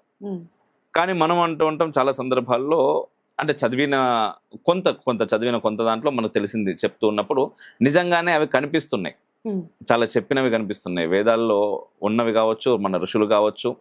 అండ్ ఇక్కడ నుంచి ఎత్తుకెళ్ళి వాళ్ళు దాన్ని పేర్లు మార్చి పేటెంట్ తీసుకొని వాళ్ళ పేర్లు పెట్టింది కావచ్చు. ఇప్పుడు మనం గూగుల్ చేసినా కూడా వాళ్ళే వస్తారు. ఇంకా రీసెర్చ్ చేస్తే ఎక్కడో మనోడి పేరు కొన్ని వందల వేల సంవత్సరాల క్రితం పలానా భారతీయుడు ఏదో చేసిరు అని చెప్తారు. అండ్ ఈ అపర మేధావులు మాట్లాడుతున్నటువంటి మాటలకి మన ఋషులు గురువులు చేసినటువంటి దాన్ని మీరు ఎలా చూస్తారు, ఎలా చెప్తారు? నేను ఎక్స్పెక్ట్ చేశాను మీరు ప్రశ్న అడుగుతారని. దీనికంటే ముందే మీరు గురువుల గురించి మాట్లాడారు కదా. కరెక్ట్, నేను ఎక్స్పెక్ట్ చేశాను. ఎందుకంటే you are always you want the scientific reasoning behind everything. ఇది కావాలండి. ఎందుకంటే మన సనాతన కాన్క్లేవ్ అయినప్పుడు కూడా మీరు నన్ను అదే ప్రశ్న అడిగారు. So yes, there is one slight significant change and difference between గురు, ఆచార్య అండ్ ఋషి. గురువు అంటే అజ్ఞానాన్ని తొలగించి జ్ఞాన ప్రసారాన్ని చేసేటటువంటి వ్యక్తి గురువు. దాని గుషబ్దస్తు అంధకారస్య ఋషబ్ద తన్నిరోధక అంధకార నిరోధిత్వాతు గురురీత్యాభిధీయతే అని అంటుంది శాస్త్రం. గు అంటే వెలుగు లేదా జ్ఞానము అని, రు అంటే తొలగించడము అని. సో అజ్ఞానాన్ని తొలగించడానికి జ్ఞాన ప్రసారాన్ని చేసేటటువంటి వాడు గురువు, జనరల్ డెఫినేషన్. అదే ఋషి అంటే మంత్రద్రష్ట. ఋషి అనేటటువంటి వాళ్ళు గురువుని మించి ధర్మాన్ని, సనాతన ధర్మాన్ని సంపూర్ణంగా అర్థం చేసుకున్నటువంటి వారు గురువులు. ఆచార్యులు భగవంతుడు ఆధ్యాత్మిక ఆముష్మిక ఇక్కడ అండ్ పరలోకంలో కూడా మనకి ఎటువంటి చోటు కలగాలి, ఆ చోటు కలగాలంటే మనం ఎటువంటి సత్కార్యాలని చేయాలి, ఎటువంటి సత్కార్యాలని చేస్తే ఎటువంటి సత్ఫలితాలు మనకు దక్కుతాయని చెప్పేవారు. మనకి దైవం గురించి ఒక పాత్ని వేసేటటువంటి ఆచార్య. Basic difference. అయితే మీరు అన్నారు మన దగ్గర ఋషులు అపరమేధావులు అన్నీ ఇచ్చారు, ఏమి ఇవ్వలేదు, అన్నీ ఇచ్చారు. ఋషులు అపరజ్ఞానులు అని అన్నారు. ఎందుకు జ్ఞానులు? ఒకసారి ఆలోచిస్తే కోపర్నికస్, కోప్లర్, గెలీలియో ఇలాంటి వాళ్ళందరూ కూడా 16th 17th సెంచరీలో వచ్చి భూమి అనేది గుండ్రంగా ఉంది అని చెప్పేశారు. చాలా వాళ్ళకి తెలిసినట్టు. మనము వాళ్ళకే తెలిసేమో అని నమ్మాం. కానీ మనలో ఎంతమందికి తెలుసు భూగోళ సర్వతో వృతః అని ఆర్యభట్ట ఎప్పుడో ఎన్నో వేల సంవత్సరాల క్రితమే ఆర్యభట్టీయం అనేటటువంటి పుస్తకంలో 6వ శ్లోకంలో భూగోళం గురించి చాలా సుస్పష్టంగా తెలియజేశాడు అని మనలో ఎంతమందికి తెలుసు? పాశ్చాత్య దేశస్యులు వచ్చేసి మనకి అందించేశారు. వాళ్ళే కనుక్కున్నారు భూమి చాలా గుండ్రంగా ఉందట అని మనం చదువుకోవడం. ఈనాటికి ఎన్సీఆర్టీ బుక్లోని వీరి యొక్క ఎటువంటి ఎవిడెన్సెస్ కానీ ఏమీ లేకుండా తొలగించడం మన యొక్క నిర్లక్ష్యము, మనము బాధ్యతారహితంగా ఉండడమే అని నా ఫీలింగ్ అండి. అదే మనము ఇంకొక దగ్గర చూసుకుంటే గోలపాదలోని ఆర్యభట్టీయం అనేటటువంటి పుస్తకంలోనే అన్ని వైపుల నుండి భూమి గుండ్రంగా ఉండడమే కాదు, భూమిని ఆకర్షించేటటువంటి లేదా ప్రతి ప్లానెట్ని ఆకర్షించేటటువంటి ఇంకొక ఫోర్స్ ఆర్ పవర్ ఉంది, అది సూర్యుడు అని మనకి ఆర్యభట్టీయంలో ఉంది. మరి అది ఎంతమందికి తెలుసు? ఆ తర్వాత ఎవరో న్యూటను, ఐన్స్టైనో లేకపోతే ఇంకొకళ్ళు వచ్చారు, వాళ్ళు చెప్పారు అని అది పట్టుకున్నాం. కానీ ఈ బీజం, ఈ ఫౌండేషన్, ఈ యొక్క మూలము ఏదైతే ఉందో దాన్ని వదిలేశాం. అలాగే మనకి పంచ సిద్ధాంతిక అనేటటువంటి పుస్తకంలో వరాహమిహిర అనేటటువంటి ఒక మహర్షి ఆయన ఈ భూమి గుండ్రంగా ఉండడమే కాదు, ఈ భూమి పంచ ఎలిమెంట్స్ తోని అంటే 5 elements తో పృథ్వీ, ఆకాశ, అగ్ని ఇలాంటి వాటితోని ఏర్పడినటువంటి ఒక స్పెరికల్ కాంపోనెంట్ అని అందులో రాశారు. మరి ఈ 5 ఎలిమెంట్స్ గురించి మనం ఎప్పుడు నేర్చుకున్నామండి? నేనైతే 9th క్లాస్ టెక్స్ట్ బుక్లో ఎన్సీఆర్టీలో నేర్చుకున్నాను. But way before the civilization has opened its eyes towards the wisdom and intellectual sayings of this holy land, మరి అదెందుకు మనం వదిలేస్తున్నాం? ఇలా అలా చూసుకున్నప్పుడు ఆస్ట్రానమీ విషయంలోని మనకి పంచ సిద్ధాంతం అనేటటువంటి దాంట్లో 12వ చాప్టర్లో గ్రావిటేషన్ ఫోర్స్ గురించి, గురుత్వాకర్షణ ఆసక్తి గురించి అంత సుస్పష్టంగా తెలియజేశారు. అంటే ఐసాకో న్యూటనో రాకముందే చాలా యాపిల్స్ భారతీయుల నెత్తి మీద పడ్డాయి. అప్పుడే వారు ఆలోచించడం ప్రారంభించారు. ఆరంభించడంతో ఆగకుండా దాని నుండి జాలువారినటువంటి జ్ఞానాన్ని ఇటువంటి గ్రంథాల్లోని దాచారు. ఆ గ్రంథాలని మనము చదువుకోకుండా ఆ బాధ్యతని విస్మరించి ఎన్సీఆర్టీస్ చదువుకుంటూ మనం ఒక ఇటువంటి విద్యా వ్యవస్థకి ఒక పునాది పలుకుతున్నామే కానీ మనం దాస్య విముక్తులమైనా కూడా మానసిక దాస్య విముక్తం మనకి ఇంకా పోలేదు. ఇంకా మానసికంగా దాస్యంలోనే ఉన్నాం మనం. అదే మైండ్ సెట్ లో ఉన్నాం. ఆదిశంకరాచార్యుల వారు ప్రశ్నోపనిషత్తు అనేటటువంటి గ్రంథంలోని ప్రాణశక్తి అపాన శక్తి గురించి రాశారు. రామానుజాచార్యుల వారు భారతం నుండి ఒక ఇన్స్టెన్స్ ని తీసుకొని వరల్డ్ మ్యాప్ ని గీస్తే అదొక కుందేలు లాగాను మరి ఇంకొకలాగా కనిపిస్తుంది అనేటటువంటి ఒక వరల్డ్ మ్యాప్ తీసుకొని ఒక ఇమాజినేషన్ ఇన్ఫరెన్స్ ద్వారా వరల్డ్ మ్యాప్ గీసి దాన్ని తిప్పి చూస్తే ఈ రోజు వరల్డ్ మ్యాప్ లాగే ఉంది. And it was accepted and sanctified by various other scientist. కొన్ని వేల సంవత్సరాల తర్వాత మనం ఇప్పుడు ఆకాశంలోకి వెళ్ళి ఓ శాటిలైట్నో ఒక ఫ్లైట్నో ఒక ఇంకో దాన్నో వేసి చూసి చెప్తున్నాం. మరి మన ఋషులు, మన జ్ఞానధనులు, మనకున్నటువంటి మన గురువులు, ఆచార్యులు మరి ఎలా చెప్పారండి? మరి వాటిని మనం ఎలా తిరస్కరిస్తాం? మరి అలాగే చూసుకుంటే ఎన్నో గ్రంథాల్లోని ఆస్ట్రానమీ గురించి తెలియజేసేటటువంటి గ్రంథాలు సిద్ధాంత శిరోమణి అని కానివ్వండి, బ్రహ్మ స్ఫుట సిద్ధాంతం అని కానివ్వండి, ఋగ్వేదంలోని సంపూర్ణ భూగోళ శాస్త్రం ఉంది. గట్టిగా చెప్పాలంటే సూర్యుడు ఎలాగా తన యొక్క శక్తిని ఇతరత్ర ప్లానెట్స్ పైన, నవగ్రహాల పైన ఎలా చూపిస్తున్నాడు, ఎలాగా ఒక ఎలిప్టికల్ ఆర్బిట్స్ ఎలాగ తన చుట్టూ తాను తిరుగుతున్నాయా లేదా సూర్యుడి చుట్టూ తిరుగుతున్నాయా అని అంతా ఋగ్వేదంలో చెప్పారు సుస్పష్టంగా. తైత్రేయ అరణ్యకం అనేటటువంటి దాంట్లోని సూర్యుడి నుండి ఒక వెలుగు వస్తోంది, ఆ వెలుగు 7 రంగులుగా మారగలదు అని తైత్రేయ అరణ్యకంలోని ఋగ్వేదంలోని చాలా సుస్పష్టంగా ఉంది. అది తర్వాత విబ్గ్యార్ అనేటటువంటి కాన్సెప్ట్ అని చాలా లేటర్ స్టేజెస్ లోని మనము తెలుసుకోవడం జరిగింది. మరి ఇవన్నీ ఎన్నో వేల సంవత్సరాల, ఇంకా గట్టి చెప్పి లక్షల సంవత్సరాల క్రితమే మరి మనకి ఇచ్చినటువంటి జ్ఞాన సంపద కదా ఇది, ఉట్టి ఆస్ట్రానమీ. మరి అలాగే మనము బయాలజీ చూసుకున్నప్పుడు చరక సంహిత, సుశ్రుత సంహిత ఇవి మాత్రమే మనకు తెలుసు. కానీ అష్టాంగ హృదయ, భావప్రకాశ, నిదాన శాస్త్ర, వినయపీఠిక, బుద్ధుల కాలం నుంచి బౌద్ధ కాలం వచ్చేసరికి వినయపీఠిక, భోజ ప్రబంధలోని సమ్మోహని, ఇలాంటివి ఎన్నో గ్రంథాలు ఉన్నాయి. మనకి చరక సంహిత, సుశ్రుత సంహిత కొంచెం వెలుగులోకి వచ్చింది కాబట్టి తెలిసింది ఎలాగా సర్జరీ చేసేవారు, ఎలాగా బ్రెయిన్ ని ఇది చేసేవారు, ఫ్రాక్చర్స్ ని ఎలా హీల్ చేసేవారు, ఎలాగా క్యాట్రాక్ట్ చేసేవారు అప్పట్లో అని. సుశ్రుత సంహిత, చరక సంహిత ఎన్సీఆర్టీలో ఉంది కాబట్టి తెలిసింది ఇంకా గట్టిగా చెప్పాలంటే.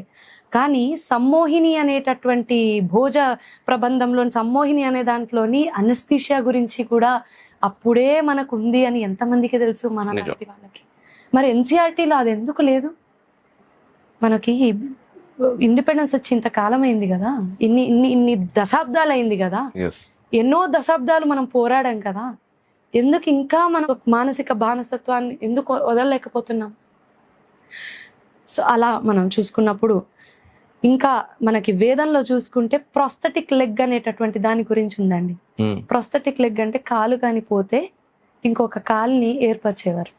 అది అశ్విని కుమారులు అనేటటువంటి 2 సైంటిస్టులు, మెడికల్ సైంటిస్టులు ఋగ్వేదంలోని కేలా అనేటటువంటి ఒక రాకుమార్తె యుద్ధం చేస్తుండగా కాలుని కోల్పోతే వీరు ప్రాస్థెటిక్ లెగ్ని పెట్టారు అని ఋగ్వేదంలో ఉంది. మనకు ప్రాస్థెటిక్ లెగ్ ఎప్పుడు వచ్చిందండి? కంటెంపరీ టైంలో చూసుకున్నప్పుడు టెస్ట్ ట్యూబ్ బేబీస్. అగస్త్య మహాముని ఎలా పుట్టాడు? టెస్ట్ ట్యూబ్ బేబీస్ ఎలా, మహాభారతంలోని టెస్ట్ ట్యూబ్ బేబీస్ గురించి ఎలాగా మనకి తెలియజేస్తుంది? టెస్ట్ ట్యూబ్ బేబీస్ ఇప్పుడు వచ్చాయి, ఇప్పుడు వెలుగులోకి వచ్చి దాన్ని ఇంకా ఎక్స్పెరిమెంట్ చేస్తూనే ఉన్నాడు. అంటే ఇప్పుడున్నటువంటి ఆధునిక మానవుడు ఎక్స్పెరిమెంట్ చేస్తూనే ఉన్నాడు. ఇంకా అది కొన్ని ట్రయల్ అండ్ ఎర్రర్ మెథడ్లోనే ఉండిపోయాడు. మరి సనాతనీయులు, సనాతన ధర్మీయులు, ఋషులు, ఋషి పరంపర ఎప్పుడో అన్ని తెలుసుకొని నిక్షిప్తం చేసి మనకు అందిస్తే మనమే వాటిని అజ్ఞానంతో కళ్ళు మూసుకొని చూసుకోలేకపోతున్నాం. వాళ్ళు చేశారు, వీళ్ళు కనుక్కున్నారు. అంతెందుకండి, పుష్పక విమానం లేదా ఫ్లైట్ అనేటటువంటి కాన్సెప్ట్ మనకి రైట్ బ్రదర్స్ ఇచ్చింది కాదు. ఇంకా వాస్తవంగా చెప్పాలంటే రైట్ బ్రదర్స్ కంటే 8 సంవత్సరాల ముందే ఇంకొక వ్యక్తి దాని గురించి ఎక్స్పెరిమెంట్ చేయడము, అదొక కొన్ని అడుగుల ఎత్తు ఎదగడము, దాని గురించి కొన్ని వేల మంది వచ్చి ఆశ్చర్యపోయి చూడడము, ఆ చూసినటువంటిది ఒక పేపర్లో కూడా పబ్లిష్ అవ్వడం జరిగింది. 8 సంవత్సరాల తర్వాత రైట్ బ్రదర్స్ వచ్చి ఫ్లైట్ కనుక్కున్నారంటే మనం అది నమ్మాము. కానీ దీని గురించి వారి పేరు కూడా చెప్తాను. ఆ యొక్క ఫ్లైట్ పేరు మారుతి శక్తి. శివకుమార్ బాపూజీ అనేటటువంటి వ్యక్తి మరి మనకి విమాన శాస్త్రం కానివ్వండి, ఏరోనాటిక్స్ గురించి మనకు చూపించలేదా? పుష్పక విమానం మనకి రామాయణంలో లేదా? మరి ఆధునిక విద్యావంతులు ఏం కనుక్కున్నట్టు? ఎప్పుడో ఉన్నదే వాళ్ళు మళ్ళీ మనకు తిరిగి కొంచెం వేరే పిక్చర్ ఇచ్చి చూపిస్తున్నట్టే కదా. ఆర్యభట్ట రాసినటువంటి ఆర్యభట్టీయం లాంటి గొప్ప గ్రంథాలు లాటిన్ లోకి ట్రాన్స్లేట్ చేశారు. మరి ట్రాన్స్లేట్ చేసినటువంటి ఎంతో సంపద మనకి ఈ రోజు వచ్చింది కదా. గోమూత్రం అనేటటువంటిది పంచగవ్య చికిత్స అనేటటువంటి ఒక ప్రక్రియ ద్వారా ఆయుర్వేదంలో మనకు తెలియజేయబడింది. గోమూత్రంతో ఉండే బెనిఫిట్స్ చాలా ప్రాచుర్యంలోకి వచ్చాయి. కానీ WHO has declared that గోమూత్రం has certain effects and benefits of even curing AIDS. మరి ఈ రోజుకి ఆధునిక శాస్త్రవేత్తలు ఇప్పటికీ ఎయిడ్స్ అనేటటువంటి దానికి మందు కాదు కదా, కనీసం ఆ యొక్క సిమ్టమ్స్ ని రిడ్యూస్ చేయడానికి కూడా ఏ మెడిసిన్ కనుక్కోలేదే. మరి గోమూత్రంలో ఎటువంటి బెనిఫిట్స్ ఉన్నాయి అని ఆయుర్వేదం ఎప్పుడో తెలియజేసింది కదా మనకి. దాన్ని ఎందుకు మనం గమనించాం? ఒక తులసి కానివ్వండి, ఒక నీమ్ అంటే వేప చెట్టు కానివ్వండి చేసేటటువంటి మేలు మరి మనం ఎందుకు చూడలేకపోతున్నాం? ఫాదర్ ఆఫ్ బాటనీ అంటే ప్లాంట్స్ ని యొక్క చదివేటటువంటి ఆ స్టడీని బాటనీ అని అంటారు. ఆ ప్లాంట్స్ ని అంటే వృక్షాలని చదివేటటువంటి ఆ యొక్క చదువుని కనిపెట్టింది రాబర్ట్ కాచ్ అనేటటువంటి వ్యక్తి కాదండి, పరాశర అనేటటువంటి మహర్షి. ఆయన మనకి ఎక్కడ వృక్ష ఆయుర్వేద అనేటటువంటి ఒక చాప్టర్లోని ఎక్కడెక్కడ ఏ వృక్షాలు ఉంటాయి, ఏ వృక్షాల ద్వారా ఎటువంటి బెనిఫిట్స్ ఉంటుంది, ఏ వృక్షాల ద్వారా పర్యావరణంలోని ఎటువంటి మార్పులు జరుగుతాయి, ఏ వృక్షాల వల్ల వానలు కురుస్తాయి, ఏ వృక్షాల వల్ల ఊపిరికి మంచిది, ఏ వృక్షాల వల్ల హృదయంలో ఉండేటటువంటి జబ్బులు నయమవుతాయి అని అన్ని కూడా వృక్ష ఆయుర్వేద అనేటటువంటి ఒక చాప్టర్లో అంత క్లియర్గా మనకి స్పెసిఫై చేస్తే రాబర్ట్ కాచ్ లేదా what ever his name is, I'm pronouncing in wrong way maybe, మరి అటువంటి వ్యక్తి కనుక్కున్నాడు అని క్రెడిట్ అంతా తీసుకెళ్ళి ఆయనకి ఎందుకు ఇస్తున్నామండి మనం? అలా చూసుకున్నప్పుడు శిలహోత్ర అనేటటువంటి వ్యక్తి అంటే ఒక మహా ఋషి, ఒక జ్ఞానవంతుడు, మనకి వెటినరీ సైన్స్ అంటే పశుపక్షాదులకు కావాల్సినటువంటి సైన్స్ గురించి తెలియజేసినటువంటి ఒక గొప్ప వ్యక్తి. అవన్నీ కూడా మరి మనకి వెటినరీ సైన్సెస్ కూడా ఉన్నాయి, మెడికల్ సైన్సెస్ ఉన్నాయి, ఆస్ట్రానమీ ఉంది, ఏరోనాటిక్ ఇంజనీరింగ్ ఉంది, విమానము మనకి ఉంది, అన్నీ ఉన్నాయి, రిలేటివ్ థియరీ ఇలాగా. అలా క్వాంటమ్ ఫిజిక్స్ గురించి మనకి మొత్తము భగవద్గీతలో ఉందని మీరు ఆర్పి పట్నాయక్ గారితో ఇంటర్వ్యూ చేశారు. వారు చాలా విశ్లేషించి దాని గురించి డిస్కస్ చేశారు. తర్వాత భాస్కరాచార్య అనేటటువంటి ఒక గొప్ప ధన్యజీవి మనకి ట్రిగ్నోమెట్రీ, ఆల్జీబ్రా ఇవన్నీ మనకి సంపాదించిస్తే మరి మనమేమో తీసుకెళ్ళి పైథాగరస్ కనుక్కున్నాడు, ఆల్జీబ్రా ఇంకొకరు కనుక్కున్నారు, ట్రిగ్నోమెట్రీ ఇంకొకరు కనుక్కున్నారు అని ఇస్తున్నాం. కల్పజ్ఞాన శాస్త్రంలోని క్యాల్కస్ గురించి లేదా కెమిస్ట్రీ గురించి వాత్స్యాయన కామసూత్రం చెప్తుంది. కెమిస్ట్రీ గురించి ఎటువంటి పాత్రల్లోని ఎటువంటి ధనాన్ని కానీ లేదా ఒక గోల్డ్ని కానీ మెటల్ని కానీ వజ్రాన్ని కానీ పెడితే ఏం జరుగుతుంది, ఎటువంటి కంపోజిషన్స్ దాని నుంచి ఎటువంటి నామెన్క్లేచర్ జరుగుతుంది అని వాత్స్యాయన కామసూత్రం చెప్తుంది. మరి మనకి కెమిస్ట్రీ అక్కడ కనిపించట్లేదా? కెమిస్ట్రీ ఇంకెవరో కనుక్కున్నారా? మనకి ఎన్నో వేల సంవత్సరాల క్రితమే అది మనకి ఉందా? మనం చూడలేకపోయామా? మరి అలా స్ట్రింగ్ థియరీ చూసుకున్నప్పుడు భగవద్గీతలోని, క్వాంటమ్ ఫిజిక్స్ చూసుకున్నప్పుడు భగవద్గీతలోని, ఆ తర్వాత అగస్త్య మహాముని మనకి జనరేటింగ్ ఎలక్ట్రిసిటీ గురించి తెలియజేయడము, అలాగే ఎర్త్ క్వేక్స్ గురించి వారాహమిహిర అనేటటువంటి ఒక మహాముని మనకి తెలియజేయడము. మరి ఇవన్నీ ఎప్పుడో ఉంటే ఇప్పుడు ఏంటంటే మనము కొత్తగా ఈ ఆధునిక విద్యావంతులు కనుక్కున్నది ఏముంది, మనకు తెలియంది ఏముంది, ఇప్పుడు కొత్తగా మనం నేర్చుకునేది ఏముంది? ఇవంతా జస్ట్ కాలాన్ని, అంటే ఇప్పుడు ఉన్నటువంటి టైం ని దృష్టిలో పెట్టుకొని నేను జస్ట్ చెప్పాను. బేసిక్ అదే అనిపిస్తుందండి. ఇప్పుడు మీరు ఇవన్నీ చెప్తా ఉంటే ఒక ఇంటర్వ్యూలో అయ్యే కార్యక్రమం కాదు ఇది, నిజంగా కూడా కాదు. ఎందుకంటే మన చరిత్ర అపారం అండి.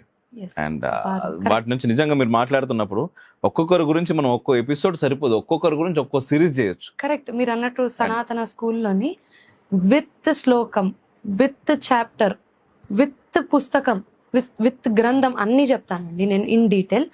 అంత సంపద మనకుంది, అంత సంపద ఇప్పుడు భావి భారత పౌరులకు తెలియాలి, ప్రతి ఒక్కళ్ళు తెలియచేయాలి. ఇది నీ ధర్మము, ఇది నీకున్నటువంటి జ్ఞానము, సనాతన ధర్మంలో ఇంత జ్ఞాన భండారం ఉంది, ఇది సనాతన ధర్మం అంటే జ్ఞాన భాండాగారం ఇది అని తెలియజేస్తేనే అప్పుడు అరే కాదు ఇది కనుక్కున్నది వాళ్ళు కాదు, వీళ్ళు పలానా బౌద్ధ్యాయన, పలానా ఆర్యభట్ట, పలానా ఇంకొకళ్ళు గౌతమ మహాముని, ఇంకొకళ్ళు అని చెప్పేటటువంటి అధికారము, అర్హత వస్తుంది. ఎగ్జాక్ట్లీ. అండ్ నార్మల్గా అంటుంటాం కదండి, హిస్టరీ ఇస్ రిటన్ బై విక్టర్స్ అని చెప్పేసి. నిజంగా అంటే బలం పెంచుకోవాలి. ఈరోజు బలం అంటే ఏంటంటే శారీరక బలం మాత్రమే కాదు, మానసిక బలం, దాంతో పాటుగా మాట, మన జ్ఞానం ఏంటో మనం తెలుసుకోవాలి, దాన్ని ప్రచారం చేసేటటువంటి వ్యవస్థ ఈ రోజు ఉన్నది. నిజంగా సోషల్ మీడియా చాలా అద్భుతంగా వెస్టర్న్ వాడుకుంటుంది, బట్ మనం దాంట్లో కొంతమేర రీల్స్, టిక్ టాక్లు అక్కడక్కడ ఆగిపోతున్నాం. అది దాటుకొని ముందుకు రాగలిగితే యూత్ నిజంగా జెన్జీ గురించి నిజంగా మాట్లాడుకోవాలండి. ఈ సందర్భంగా ఓవరాల్గా ప్రపంచం మొత్తం ఒకవైపు ప్రయాణం చేస్తా ఉంటే భారతదేశం నిజంగా ఈ వేదభూమి ఆటోమేటిక్గా మన బ్లడ్లో ఉంటుంది. మనం ఎంత వెస్టర్నైజ్ అవ్వాలి అనుకున్నా సరే ఎక్కడ ఆ రక్తంలో ఉండేటటువంటి ఈ కర్మ ఆటోమేటిక్గా మన రిఫ్లెక్ట్ అవుతూ ఉంటుంది. చాలా అద్భుతంగా అనిపిస్తూ ఉంటుంది. ఎంతో మంది, వేల మంది జెన్జీ ఈ జనాలందరూ కూడా భజనలు చదువుతూ ఉంటే అది చూడ్డానికి అసలు చాలా అద్భుతంగా అనిపిస్తుంది. అండ్ వన్ మోర్ థింగ్, మన గురుకుల వ్యవస్థ.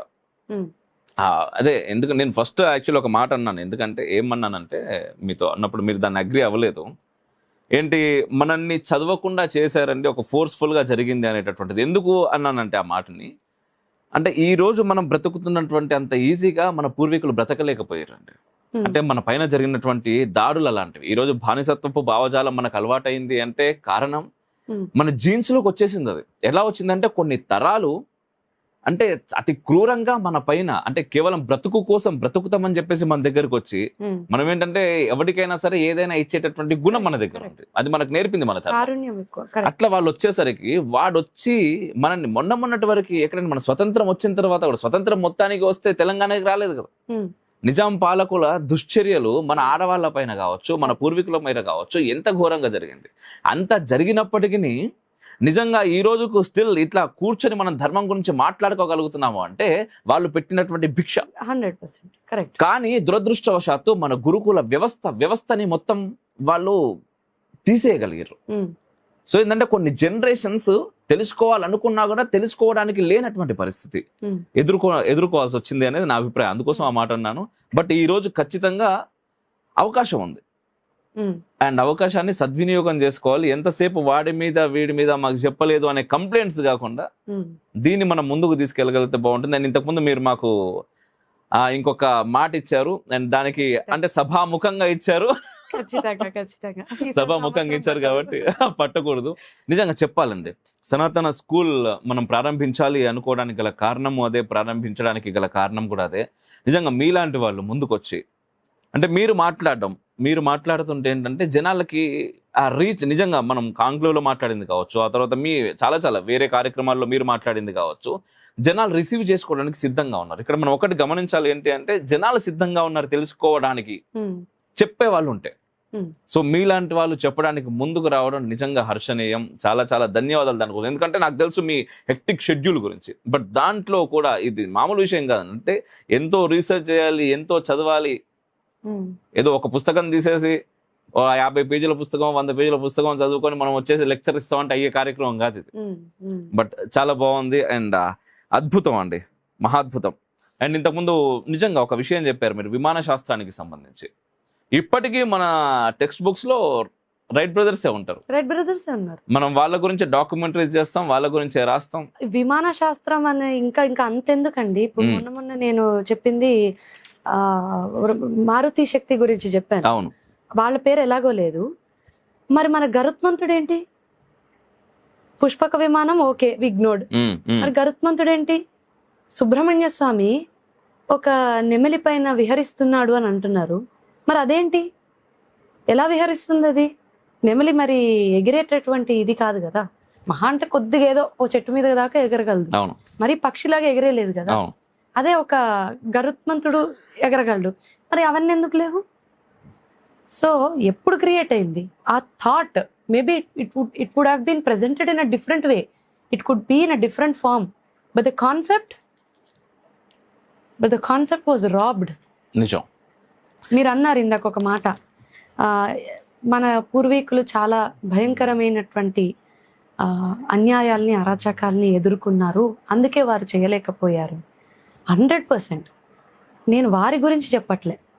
ఎందరో ప్రాణధనులు వారి ప్రాణాల్ని అర్పించారు. తృణప్రాయంగా భారత మాతని దాస్య విముక్తురాల్ని చేయడానికి ఉరితాడుని కూడా ఒక దండగా పూలమాలగా వాటిని స్వీకరించి కుటుంబాన్ని, జీవితాన్ని, వారి యొక్క ప్రాయాన్ని అన్ని కూడా వదులుకొని చేశారు. వాళ్ళు ఎప్పటికీ చిరస్మరణీయులే. వారి తర్వాత ఇండిపెండెన్స్ వచ్చి ఎంతకాలం అయింది అని అడుగుతున్నారు. కొన్ని ఒక పోనీ 10 దశాబ్దాలు వేసుకుందాం, పోనీ 20, 30 దశాబ్దాలుగా అయితే మనం అంత సఫర్ కావట్లేదు కదా. కనీసం 20 or 10 మార్పు ఇంకెప్పుడు వస్తుంది? డెఫినెట్గా త్యాగదనులు వాళ్ళకి ఎప్పుడు గ్రేట్ రెస్పెక్ట్స్, రెవరెన్స్ ఉంటుంది. But what about the actual truth, seeing the light of the world? అదే బానిసలుగా ఉంటేనే రాజకీయ నాయకులు వాటి పబ్బం గడుపుకోగలుగుతారు. మామూలుగా ఫైనల్ స్టేట్మెంట్ బేసిక్ గా దీంట్లో మాట్లాడొచ్చో లేదో తెలియదు కానీ వాస్తవం అది. ఎందుకంటే నిజంగా మన దేశం వెనకబడిపోవడానికి గల కారణం ఇప్పటికీ మన పుస్తకాల్లో భారతదేశం అభివృద్ధి చెందుతున్న దేశం అని చెప్పి మనం చదువుకుంటున్నాము అంటే బికాస్ ఆఫ్ పొలిటికల్ లీడర్స్. రాజకీయ నాయకులు ఎన్ని విధాలుగా వీలైతే అన్ని విధాలుగా మనం తన్నుక చావడానికి వాడు ప్రణాళికలు సిద్ధం చేసుకుంటా ఉంటారు. ఎప్పుడైతే అంటే రాజకీయ నాయకులు ఇన్ సెన్స్ నా ఉద్దేశం కేవలం భారతదేశం మాత్రమే కాదు, ఈ రోజు నిజంగా భారతదేశం ఎదగకూడదు అని ప్రపంచం మొత్తం చూస్తుంది. ఎందుకంటే ఈ 150 కోట్లకు మించినటువంటి భారతీయులు ఒక్కసారి సొంత కాళ్ళ మీద వాళ్ళు నిలబడాలి అని అనుకుంటే ప్రపంచం మొత్తం మన కాళ్ళ దగ్గర ఉండాల్సి వస్తుంది. అంటే చేస్తున్నారు అని కుట్రలు పన్నుతున్నారు అంటే ఫస్ట్ అనుకున్నట్టుగానే మన ప్రశ్నలు అందరికీ తెలుసు, సమస్య అందరికీ తెలుసు, సొల్యూషన్ వైపు వెళ్ళడం దగ్గరే మనం కొంతమేర వెనుకబడి ఉన్నాం, రైట్. అండ్ ముఖ్యంగా దీంట్లో ఇంతకుముందు నేను ఒకటి గురుకుల వ్యవస్థ అన్నాను, అండ్ ఎవరైతే గెలుస్తారో వాడి చరిత్రను రాస్తాడు కాబట్టి వాడి చరిత్ర వాడు రాసుకొని పోయండి. మూడవది ఎంత మార్చాలనుకున్నా మార్చలేనిది అండ్ బట్ ప్రస్తుతానికి కొంతమేర ఇబ్బంది పడుతున్నది మన దేవాలయ వ్యవస్థ. కరెక్ట్. అండ్ ఆ దేవాలయం అనగానే నిజంగా మనం ఎంత చదివినా కొద్ది చదవాలనిపిస్తూ ఉంటుంది. దాని వెనుక ఎంత సైన్స్ ఉంది అంటే సైన్స్ కూడా అందనటువంటి శక్తి ఉందండి మన టెంపుల్ ఆర్కిటెక్చర్లో కావచ్చు. అండ్ అంతకు మించి మనం లోపలికి వెళ్ళి విగ్రహం వరకు వెళ్ళలేము. అట్లీస్ట్ నేను చెప్తున్నా కదా, కేవలం బయట ఉన్నటువంటి ఆర్కిటెక్చర్ గురించి మనం మాట్లాడతాం, పునాదుల గురించి కూడా కాదు. ఆ ఆర్కిటెక్చర్ కూడా పూర్తిగా సైన్స్ అందదు. అంటే సైన్స్ అసలు చూడలేదు ఈ లోపల ఏముందిరా అని. ఇక మన వాళ్ళు ఏంటంటే లోపల విగ్రహాల గురించి వాటి గురించి కూడా మాట్లాడుతూ ఉంటారు చాలా మంది. బట్ ఒక్కసారి ఈ టెంపుల్ సైన్స్ ని మీరు చదువుకున్నారు కదా, ఫస్ట్ నేను చెప్పాను తార్కికం అన్నాం, మనం లాజిక్ అంటున్నాం, ఇవన్నీ ఖచ్చితంగా ఉంటాయి. మీరు ఏది ఆలోచించినా కూడా ఖచ్చితంగా ఉంటుంది. ఏది మాట్లాడినా కూడా ఫస్ట్ ఆఫ్ ఆల్ ఆ యాంగిల్లో చూస్తారు, చూడడం అవసరం ఈరోజు. ఎందుకంటే అనేక ప్రశ్నలు అక్కడే ఉత్పన్నం అవుతాయి, దానికి సమాధానాలు వస్తాయి. సో ఈ టెంపుల్ ఆర్కిటెక్చర్ని మీరు ఎలా చూస్తారు? చాలా మంచి ప్రశ్న. టెంపుల్ ఆర్కిటెక్చర్ అని మాట్లాడుకునే దానికంటే ముందు అసలు మనకున్నటువంటి రాజ్యాలేంటి, రాజులేంటి, రాజులు చేసినటువంటి కార్యక్రమాలేంటి, వారు అందించినటువంటి శిల్ప సంపద ఏంటి, వారు పునరుద్ధరించినటువంటి ఆలయాలేంటి, వారు స్థాపించినటువంటి దేవీ దేవత విగ్రహాలేంటి, వారు అందించినటువంటి కళా సంస్కృతి ఏమిటి, వారు అందించినటువంటి సాహిత్యం ఏమిటి, వారు అందించినటువంటి గవర్నెన్స్ ఏంటి, వారు అందించినటువంటి పొలిటికల్ సైన్స్ ఏంటి, ఇవన్నీ తెలిసినప్పుడు అసలు ఆలయం అనేది ఎందుకు వచ్చిందో అర్థమవుతుంది. ఎందుకంటే దీస్ ఆర్ ఆల్ ఇంటర్లింక్డ్. ఆలయం అనేది కేవలం ప్రార్థనా మందిరాలు మాత్రమే కాదు, మళ్ళీ ఆలయాల వెనక ఎంతో సైన్స్ ఉంది, ఎంతో ఇంజనీరింగ్ స్కిల్ ఉంది, ఎంతో ఎకనామికల్ ట్రేడ్ ఉంది, ఎంతో కల్చరల్ సిగ్నిఫికెన్స్ ఉంది, ఎంతో సోషల్ ఇంపార్టెన్స్ ఉంది, సొసైటల్ డిసోరియంటేషన్స్ కానీ ఓరియంటేషన్స్ కానీ ఉన్నాయి. కానీ ఎడ్యుకేషన్ అంతా ఎలా ఉంది, అడ్మినిస్ట్రేషన్ ఉంది, ఇవన్నిటికీ కూడా కేంద్ర బిందువు ఆలయం. అటువంటి ఆలయాల్ని ఎందుకు ఇన్ని ఆలయాల్ని కట్టారు? ఒక కాంచీపురంకి వెళ్తే ఎందుకు ఇన్ని ఆలయాలు, ఒక కేరళకి వెళ్తే ఎందుకు ఇన్ని ఆలయాలు, అక్కడ హిమాలయాల నుండి ఇక్కడ కన్యాకుమారి వరకు ఎందుకు ఇన్ని ఆలయాల్ని రాజులు మన గురించి నిర్మిస్తూ వెళ్ళారు? నిర్మించడానికి వెనక ఉన్నటువంటి కారణాలు ఏంటి, వాటి యొక్క స్కిల్ ఏంటి, సైన్స్ ఏంటి, సైకాలజీ ఏంటి అని ఆలోచిస్తే అది అమోఘం. అలా మీరు అడిగారు ఇప్పుడు ఏంటి దాని వెనక ఉన్నటువంటి ఇంజనీరింగ్ స్కిల్ అని. ఒకటి ఉందండి, 79 degrees ఈస్ట్ లాంజిట్యూడ్ అని. మనం చూసుకుంటే అష్టాదశ జ్యోతిర్లింగాలు, ఏకాంబరేశ్వరం కానివ్వండి, చిదంబరం కానివ్వండి, కేదార్నాథ్ కానివ్వండి, లేదా ఇంకొక ఆలయం కానివ్వండి, రామేశ్వరం కానివ్వండి, లేదా బృహదేశ్వరం కానివ్వండి, ఏదైనా కూడా అన్ని ఒక ఎగ్జాక్ట్ 79 degrees ఈస్ట్ లాటిట్యూడ్ లో. మరి ఏంటి దీని వెనక ఉన్న సైన్స్? ఎవరు కనుక్కోగలిగారు? ఇప్పుడు అంటే మనము గూగుల్ మ్యాప్స్ పెట్టుకుంటాం, మ్యాప్స్ గూగుల్ తల్లి కూడా అప్పుడప్పుడు తప్పు చెప్తుంది, నాకే ఎన్నోసార్లు తప్పు చెప్పింది. మరి ఎటువంటి మ్యాప్ లేకుండా, ఎటువంటి బర్డ్ వ్యూ లేకుండా, picture of the entire aerial view లేకుండా మరి ఎలాగ మన పూర్వీకులు, మన సనాతన ధర్మీయులు, మన రాజులు 79 degrees ఈస్ట్ లాంజిట్యూడ్ అనేటటువంటి దాన్ని ఎలా నిర్మించారు? మరి బృహదేశ్వర ఆలయాన్ని కానీ మనం చూసుకున్నప్పుడు 66 మీటర్ల ఒక పొడవైన టవర్ లాంటిది నిర్మించడం, దానికి 80 టన్నుల ఒక గోపురానికి కావలసినటువంటి ఒక శిఖరాన్ని 80 టన్నులతోని ఎటువంటి ఆబ్జెక్ట్ లేకుండా, ఎటువంటి లిఫ్ట్ లేకుండా, ఎటువంటి క్రేన్ లేకుండా మరి ఎలాగ దాన్ని అక్కడ నిలబెట్టగలిగారు? అది ఈ రోజుకి యథావిధంగా అలాగే ఉంది. ఎన్నో న్యాచురల్ కెలామిటీస్ వచ్చాయి, ఎన్నో న్యాచురల్ డిజాస్టర్స్ వచ్చాయి, కానీ అది అలాగే అక్కడే అదే ప్లేస్లో ఉంది. మరి కోణార్క్ సన్ టెంపుల్ని చూసుకుంటే మరి అక్కడ అంతా కూడా మనకి సన్ డయల్ కనిపిస్తుంటుంది. ఎంట్రన్స్లోనే మనకి సన్ డయల్లోని సూర్యుడు ఎలా అయితే అస్తమిస్తాడో, ఎలా అయితే ఉదయిస్తాడో ఎగ్జాక్ట్గా అవి అదే విధంగా పాయింట్ చేస్తున్నట్టుగా మనకి ఆ రోజులో ఉన్నటువంటి ఆ 24 గంటలు ఏవైతే ఉన్నాయో వాటిని అలా ఎగ్జాక్ట్గా డిస్ప్లే చేయగలుగుతుంది. How did the ancient people or the ancient సనాతనీస్ do that? How could they? అంత ఇంజనీరింగ్ స్కిల్. ఇప్పుడంటే మనకి ఐఐటీస్ వచ్చాయి, ఇప్పుడంటే మనకి బిట్స్ పిలానీ వచ్చింది, ఇప్పుడంటే మనకి ఇంకొకటి వచ్చినా కూడా అట్లీస్ట్ దాని వెనకాల లాజిక్ అని తెలుసుకోలేకపోతున్నారు. ఎలా తెలుసుకోలేకపోతున్నారు? సరే, okay, probably they might find certain logics for certain temples, కానీ అప్పుడు ఏన్షియంట్ ఇండియన్స్ ఎలా చేశారు అని ఎలా తెలుసుకోలేకపోతున్నారు? అదే మనము కైలాస టెంపుల్ పరిగణంలోకి తీసుకున్నప్పుడు ఒకే ఒక్క సింగిల్ రాక్ తోని కైలాస టెంపుల్లోని 2 లక్షల టన్నుల ఆ రాక్ ని తొలగించి దాన్ని చెక్కడానికి, ఆ శిల్ప సంపద, శిల్ప చాతుర్యాన్ని వాళ్ళు సింగిల్ రాక్ తో 2 లక్షల టన్నుల్ని తొలగించారంటే అది మాటలా? మరి ఈ రోజు ఒక్క అపార్ట్మెంట్ కట్టడానికి వీఆర్ టేకింగ్ ఇయర్స్. ఒక 5 స్టోరీడ్ బిల్డింగ్ కట్టడానికి 2 లక్షల టన్నుల్ని వాళ్ళు ఎలాగ తొలగించి ఉండొచ్చు? ఒక్కసారి ఆలోచించండి. టెంపుల్ వెనక ఎంత సైన్స్ ఉంది, ఎంత ఇంజనీరింగ్ స్కిల్ ఉంది. అదే మీనాక్షి టెంపుల్ నేను తీసుకున్నప్పుడు, హంపి విట్టల లేదా మీనాక్షి అమ్మవారి ఆలయాన్ని తీసుకున్నప్పుడు సప్తస్వరాల్ని పలికించేటటువంటి స్తంభాలు, విజయనగర సామ్రాజ్యంలోని సప్తస్వరాల్ని పలికించేటటువంటి స్తంభాలు ఎన్నో వెలిసాయి. మరి ఏ రాయి ఎంత సున్నితంగా ఉంటుందో మరి వాళ్ళు ఎలా తెలుసుకోగలిగారు? ఈ రోజు కళామందిర్లోని, కళాంజలిలోని, ఇటువంటి షాపింగ్ మాల్స్ లోని మనం చూస్తున్నామే బ్యాంగిల్స్, ఆ బ్యాంగిల్స్ యొక్క నగిషీలు మరి ఆలయాల్లోంచి ఇన్స్పైర్ అయి తీసుకున్నటువంటివి. మరి ఒక రాయి పైన అంత సన్నగా, అంత ఒక దారం కూడా వెళ్ళనంత సన్నగా ఉన్నటువంటి శిల్ప చాతుర్యాన్ని మనకు ఆలయాల్లో కనిపించేటటువంటి ఇంజనీరింగ్ స్కిల్ చూపించారే మన ఏన్షియంట్ ఇండియన్స్. అదే మనం పూరి జగన్నాథ్ ఆలయాన్ని పరిగణనలోకి తీసుకున్నప్పుడు ఆ యొక్క ధ్వజానికి ఉన్నటువంటి పతాకము గాలికి ఆపోజిట్ గా వీచడము, అక్కడ ఉన్నటువంటి ఆ గోపురం పైన ఏ ఒక్క పక్షి విహరించకపోవడం గమనార్హం. మరి ఎలాగా? దీని వెనుక ఉన్నటువంటి సైన్స్ ఏంటి? అక్కడ ఆ ఆలయం కానీ ఉద్భవిస్తే ఇలా జరుగుతుంది, ఇంత సైంటిఫిక్ రీజన్ ఉంది అని వాళ్ళకి ఎలా తెలిసింది? మరి ఏన్షియంట్ ఇండియన్స్ కి ఎంత సైన్స్ లోని వాళ్ళు ఎంత ఎక్స్పర్ట్స్ అయ్యి ఉంటే how could they even draw inferences from out of it? అదే మనము మొదేరా సన్ టెంపుల్ అనేటటువంటి ఆలయంలోని ఈక్వినాక్స్ ఆఫ్ ద సన్ ని క్యాలిక్యులేట్ చేస్తూ సన్ నుండి వచ్చేటటువంటి ప్రథమ రేస్, దాన్ని నిలారుణ అంటారు యాక్చువల్ గా. ఆ నిలారుణ డైరెక్ట్ డిటి యొక్క పాదాల మీద పడేటటువంటి విధానంలోని ఆ ఆలయాన్ని కన్స్ట్రక్ట్ చేయడం జరిగింది. మరి ఎంత సైన్స్ ఉంది దీని వెనక?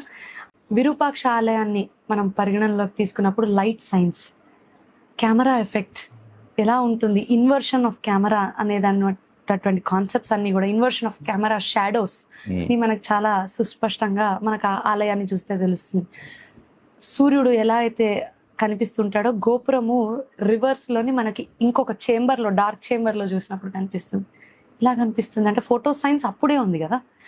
మరి అదే సోమనాథ్ ఆలయాన్ని పరిగణనలోకి తీసుకున్నప్పుడు అరేబియన్ సీని సూచిస్తూ అది కనిపిస్తున్నటువంటి విధానంలోని అక్కడ ఒక ధ్వజాన్ని ఏర్పరిచి అక్కడ నుండి కొన్ని వేల సంవత్సరాల దూరం వరకు ఇంకొక పర్వతం కానీ, ఇంకొక ఆలయం కానీ, మనుగడ కానీ ఉండదు.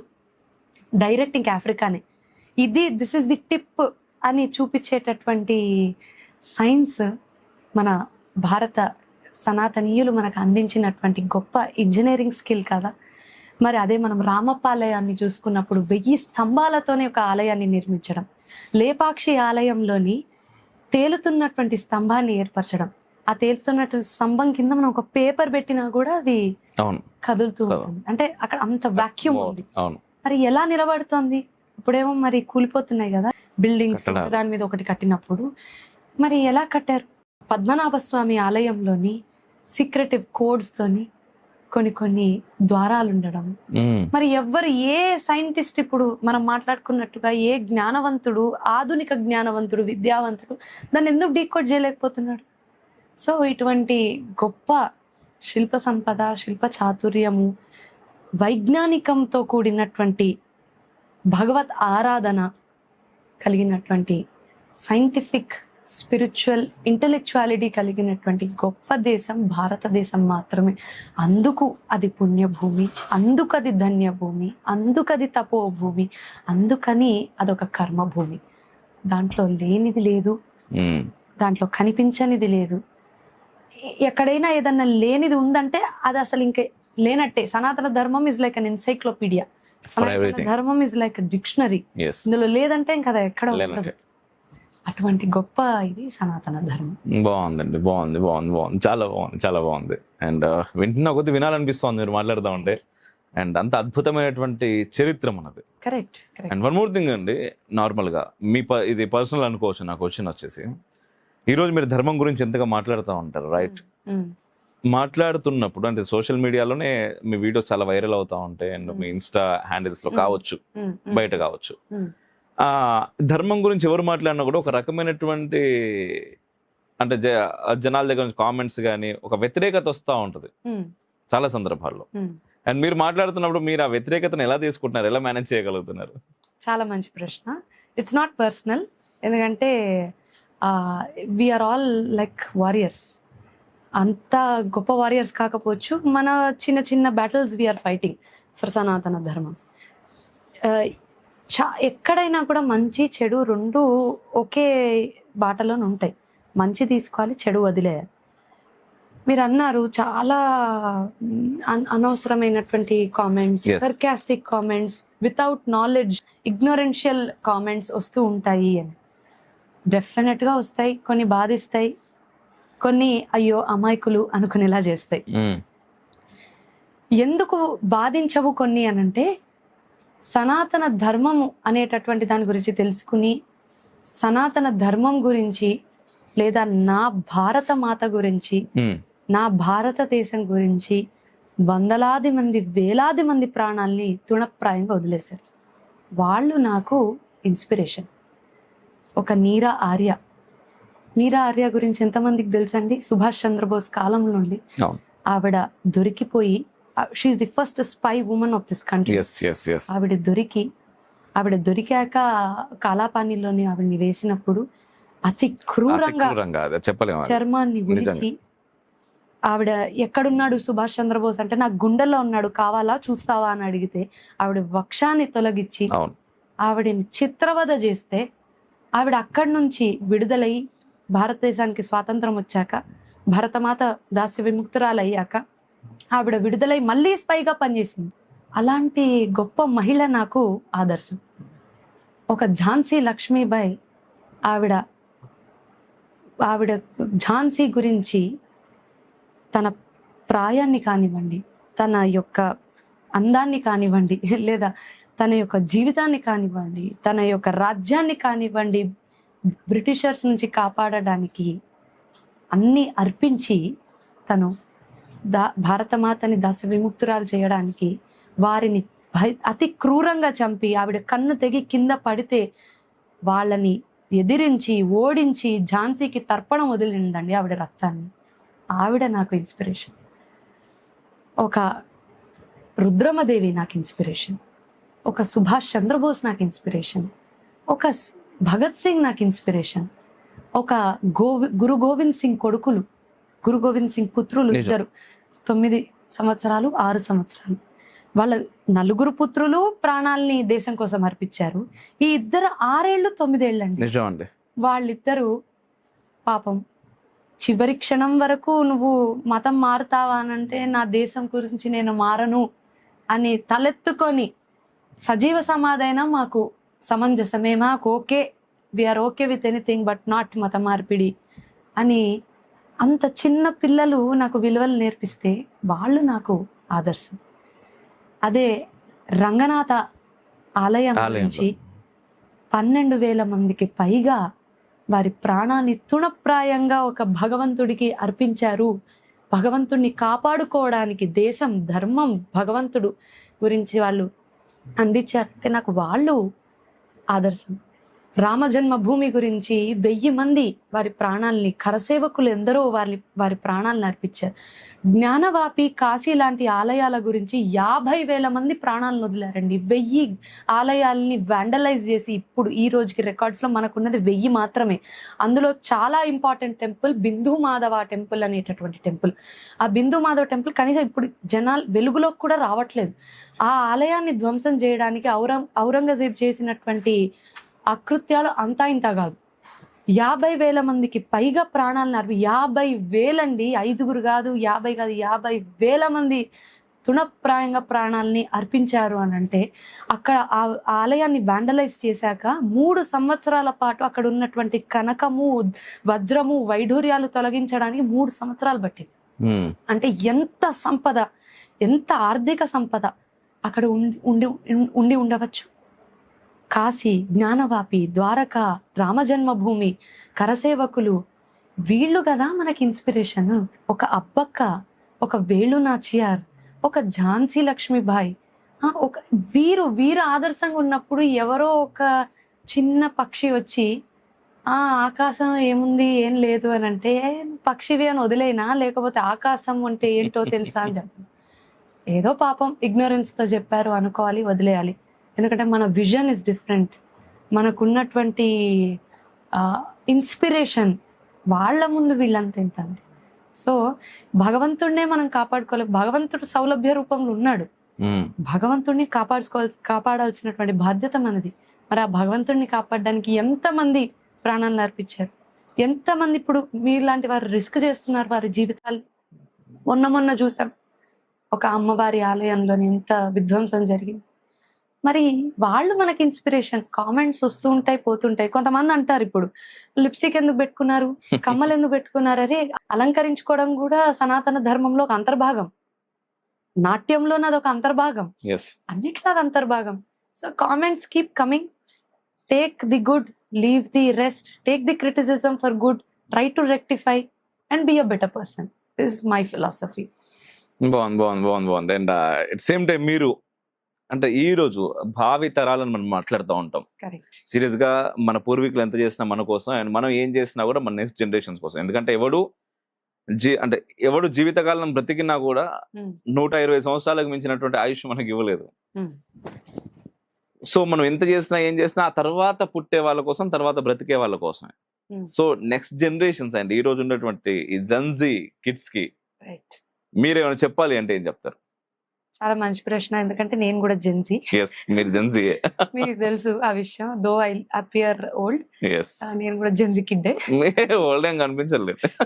కొన్ని కామెంట్స్ వచ్చాయి, మీరు అన్నారు కదా. సో జెన్జీకి నేను ఇచ్చేటటువంటి సందేశం ఒకటే అండి. Know your history, know your itihasa, know what is right, know what is wrong, know the foundations of this country, know the national leadership, get into the annals of the history. సంపూర్ణంగా foundation, మూలం నుంచి, ఆ మూల బీజం నుంచి ప్రారంభిస్తే గానీ మనకి ఏది అర్థం కాదు. సూడో ఇంటెలెక్చువాలిటీ వద్దు, జస్ట్ లీవ్ ఇట్ ఆఫ్. సౌశీల్యం నేర్చుకోండి. రాముడు నుంచి, రామో విగ్రహవాన్ ధర్మ అన్నారు. ఎందుకు అన్నారు? అసలు ధర్మం అంటే ఏంటి, అసలు రాముడు ఎందుకు నిలువెత్తు నిదర్శనం అయ్యాడు తెలుసుకోండి. రామాయణం చదవండి, భారతం చదవండి. దిస్ ఈస్ ది ఓన్లీ సందేశం ఐ కెన్ గివ్. ఒకటి, తప్పుడు దారిలో వెళ్లకుండా వాస్తవాన్ని తెలుసుకొని రియాలిటీకి దగ్గరలో ఉండడము ఉత్తమమైనటువంటి మార్గము. దాన్ని ఆచరిస్తే, అనుసరిస్తే మంచిది అనేది మా జెన్జీ కిడ్స్ కి చెప్పేటటువంటి ఒక సందేశం. నైస్ అండి. అండ్ ఫైనల్ గా ఇంకా చాలా ప్రశ్నలు ఉన్నాయి, చాలా అడగాలని, చాలా మాట్లాడాలని. నిజంగా మీరు ఇంతకుముందు మాట ఇచ్చిన దాని ప్రకారం అండ్ రిఫ్లెక్షన్ లో చాలా సిరీస్లు మనం చేయబోతున్నాం. అట్ ద సేమ్ టైం సనాతన స్కూల్లో కూడా చాలా వీడియోస్ మనం చేయబోతున్నాం త్వరలో. అండ్ మీరు మాట్లాడబోతున్నారు తప్పకుండా. ఎస్. అండ్ ఇక్కడ ఈ ఇంటర్వ్యూని ఎండ్ చేస్తూ, మామూలుగా మీరు ఇంతకుముందు నేను జెన్జీ కిడ్నే అన్నారు. అండ్ బట్ మీరు చదువుకున్నట్టు విధానం, మీరు వెళ్తున్నటువంటి ప్రయాణం నిజంగా చూస్తూ ఉంటే చాలా ఆనందం వేస్తూ ఉంటుంది. అండ్ మీ జీవిత లక్ష్యం ఏంటి? అంటే ధర్మం గురించి కావచ్చు, దేశం గురించి కావచ్చు, ఇంత మాట్లాడుతున్నారు, ఇంత చేస్తున్నారు. అండ్ ఆల్రెడీ అడ్వకేట్ గా కూడా మీరు సేవలు అందిస్తా ఉన్నారు. ఫైనల్ గా ఒక డెస్టినేషన్ అనేది ఉంటుంది కదా, ఇది చేయాలి, ఇక్కడికి వెళ్ళాలి, అలాంటిది మీకేంటి? జీవిత ధ్యేయం అంటే ఒకటే అండి, ఎవ్వరికీ హాని కలిగించకుండా నా ధర్మం ఏదైతే నేర్పించిందో సర్వహితాన్ని కోరుతూ, ఏ ప్రాణికోటి జీవానికి హాని చేయకుండా ధర్మం కోసం అహర్నిశలు శ్రమిస్తూ, ధర్మం కోసము పోరాడుతూ, నా వృత్తిరీత్యా నేను స్వీకరించినటువంటి నా వృత్తికి సంపూర్ణ న్యాయం చేస్తూ, అట్ ద సేమ్ టైం ధర్మాన్ని కాపాడటానికి నేనెవరిని? ధర్మానికి ఏదైనా విఘాతం కలిగితే సంభవామి యుగే అని ఆయనే వస్తానని చెప్పాడు. నేను ఒక చిన్న రేణువుని. నేను చేయాల్సినటువంటి సత్కార్యాలని సంపూర్ణ చిత్తశుద్ధితో, సంపూర్ణమైనటువంటి బలముతో, జ్ఞానంతో దాన్ని నిర్వర్తిస్తూ, నాకున్నటువంటి ధర్మ ఆచారాలు ఏవైతున్నాయో వాటిని పాటిస్తూ 10 మందికి అది తెలియజేస్తూ, మా ఇంట్లో నోట్ల కట్టలు ఉండవు, పుస్తకాల కట్టలే ఉంటాయి. అంత ఒక విలువలు ఉన్నటువంటి కుటుంబాన్ని వచ్చినందుకు నా కుటుంబ యొక్క ఏమంటారు ఆ రెస్పెక్ట్ ని ఎక్కడ పోనివ్వకుండా, దానికి ఎక్కడ ఒక చెడ్డ పేరు తేకుండా, రేపు ఇంకేదన్నా ఇంటికి వెళ్ళినప్పుడు వారికి ఏ చెడ్డ పేరు తేకుండా ఒక మంచి మనిషిగా జీవిస్తే చాలు. ధర్మం కోసం ఎప్పుడు కావాలన్నా మీలాంటి వారికి నా సేవలను అందిస్తే అంతే చాలు. ఎక్కడ ఏ ఆలయానికి ఏ పరమాత్మకి ఎటువంటి హాని కలిగినా రామ జన్మభూమి లాంటి జడ్జిమెంట్లోని పరాశరన్ గారికి ఒక అవకాశం ఇచ్చాడు రాముడు. అలా నాకు కూడా అవకాశం ఇచ్చి ఆయన ఉనికిని ప్రపంచానికి చాటగలిగేటటువంటి సందర్భాల్ని నాకు కలిగిస్తే, అవకాశాలని కల్పిస్తే చాలా ఆనందంతో చాలా మహత్ప్రసాదంగా భావించి వాటిని చేస్తే చాలు. నా క్లయింట్స్కి సంపూర్ణ న్యాయం చేయగలిగితే చాలు. అంతకంటే ఉంటుంది. అద్భుతం అండి. అండ్ ఫైనల్ గా మీరు అన్నట్టుగా అక్కడ ఏడుకొండలవాడ సిద్ధంగా ఉన్నాడు. Correct. And one more thing, మన కాంక్లేవ్, సనాతన కాంక్లేవ్ మళ్ళీ రాబోతుంది. అండ్ మీ అందరూ కూడా సనాతన కాంక్లేవ్ 2026 కి రిజిస్టర్ అవ్వండి. కింద లింక్ ఉంటుంది, ఆ లింక్ ద్వారా. అండ్ ఎప్పుడు డేట్ అవన్నీ కూడా మేము అనౌన్స్ చేస్తాం, వచ్చేయచ్చు. నిజంగా చాలా అద్భుతమైనటువంటి కార్యక్రమాలు చేస్తున్నారు. చాలా చదవటం ఒకటి, అండ్ ఆ నరేషన్ స్కిల్ ఉందండి మీ దగ్గర. అది వృత్తి అది కదా. Yes, I'm living the life of somebody else. నేను అనేది అదే. ఈ రోజు ఏంటంటే నిజంగా జెన్జీ వాళ్ళ దగ్గర ఉండేటటువంటి పవర్, అద్భుతమైనటువంటి పవర్ ఉంది. అసలు వాళ్ళ శక్తి వాళ్ళకు కూడా తెలియదు, అంత అద్భుతమైనటువంటి శక్తివంతులు వాళ్ళు. అది మార్గంలోకి రాగలిగితే ఏం లేదు, ఆ క్వశ్చన్స్ కి సమాధానాలు తెలిస్తే చాలు వాళ్ళకి, అంతకు మించి ఏం లేదు. నిజంగా చాలా బాగుంది. మీకు ఆన్సర్స్ తెలిసాయి కాబట్టి 10 మందికి చెప్పే ప్రయత్నం చేస్తున్నారు. అండ్ వాళ్ళకి ఆ ప్రశ్నించే తత్వం ఉంది. సరైన ప్రశ్న కావాలి, సరైన సమాధానం దొరకాలి. అండ్ దానికోసం మనము ప్రయత్నం చేద్దాం. ఎందుకంటే వాళ్ళ చేతిలో ఉంది భవిష్యత్తు, అంటే మీ చేతిలోనే ఉంది భారత భవిష్యత్తు. అండ్ చాలా అద్భుతంగా ఉండబోతుంది, దానిలో సందేహం లేదు. And one more time thank you so much అండి. ఈ అద్భుతమైనటువంటి పాడ్కాస్ట్ మన ఛానల్ కి మీరు ఇచ్చినందుకు. అండ్ రెగ్యులర్ గా చేద్దాం తప్పకుండా. నేనే మళ్ళీ ఇంకోసారి కృతజ్ఞతలు తెలియజేస్తున్నాను. అండ్ చూసేటటువంటి ప్రేక్షకులకి ఆ యొక్క ఇంక్విజిటివ్నెస్ ఉన్న ప్రతి ఒక్క ప్రేక్షకుడికి ఒక్కళ్ళలో మార్పు వచ్చినా చాలు, ఆ ఒక్కళ్ళని మనం మార్చగలిగినా చాలు. ఏ ఒక్క మాట ఎవరిని మార్చినా మంచికి, ధర్మపదంలో నడిచేటటువంటి విధానంలోని ఒక్కరిని నేను ఇన్ఫ్లుయెన్స్ చేయగలిగినా చాలు. సో అటువంటి సదవకాశాన్ని ఇచ్చినందుకు మళ్ళీ ధన్యవాదాలు. మీ యొక్క టీంకి అందరికీ నా ధన్యవాదాలు తెలియజేస్తాను. Thank you. జై హింద్.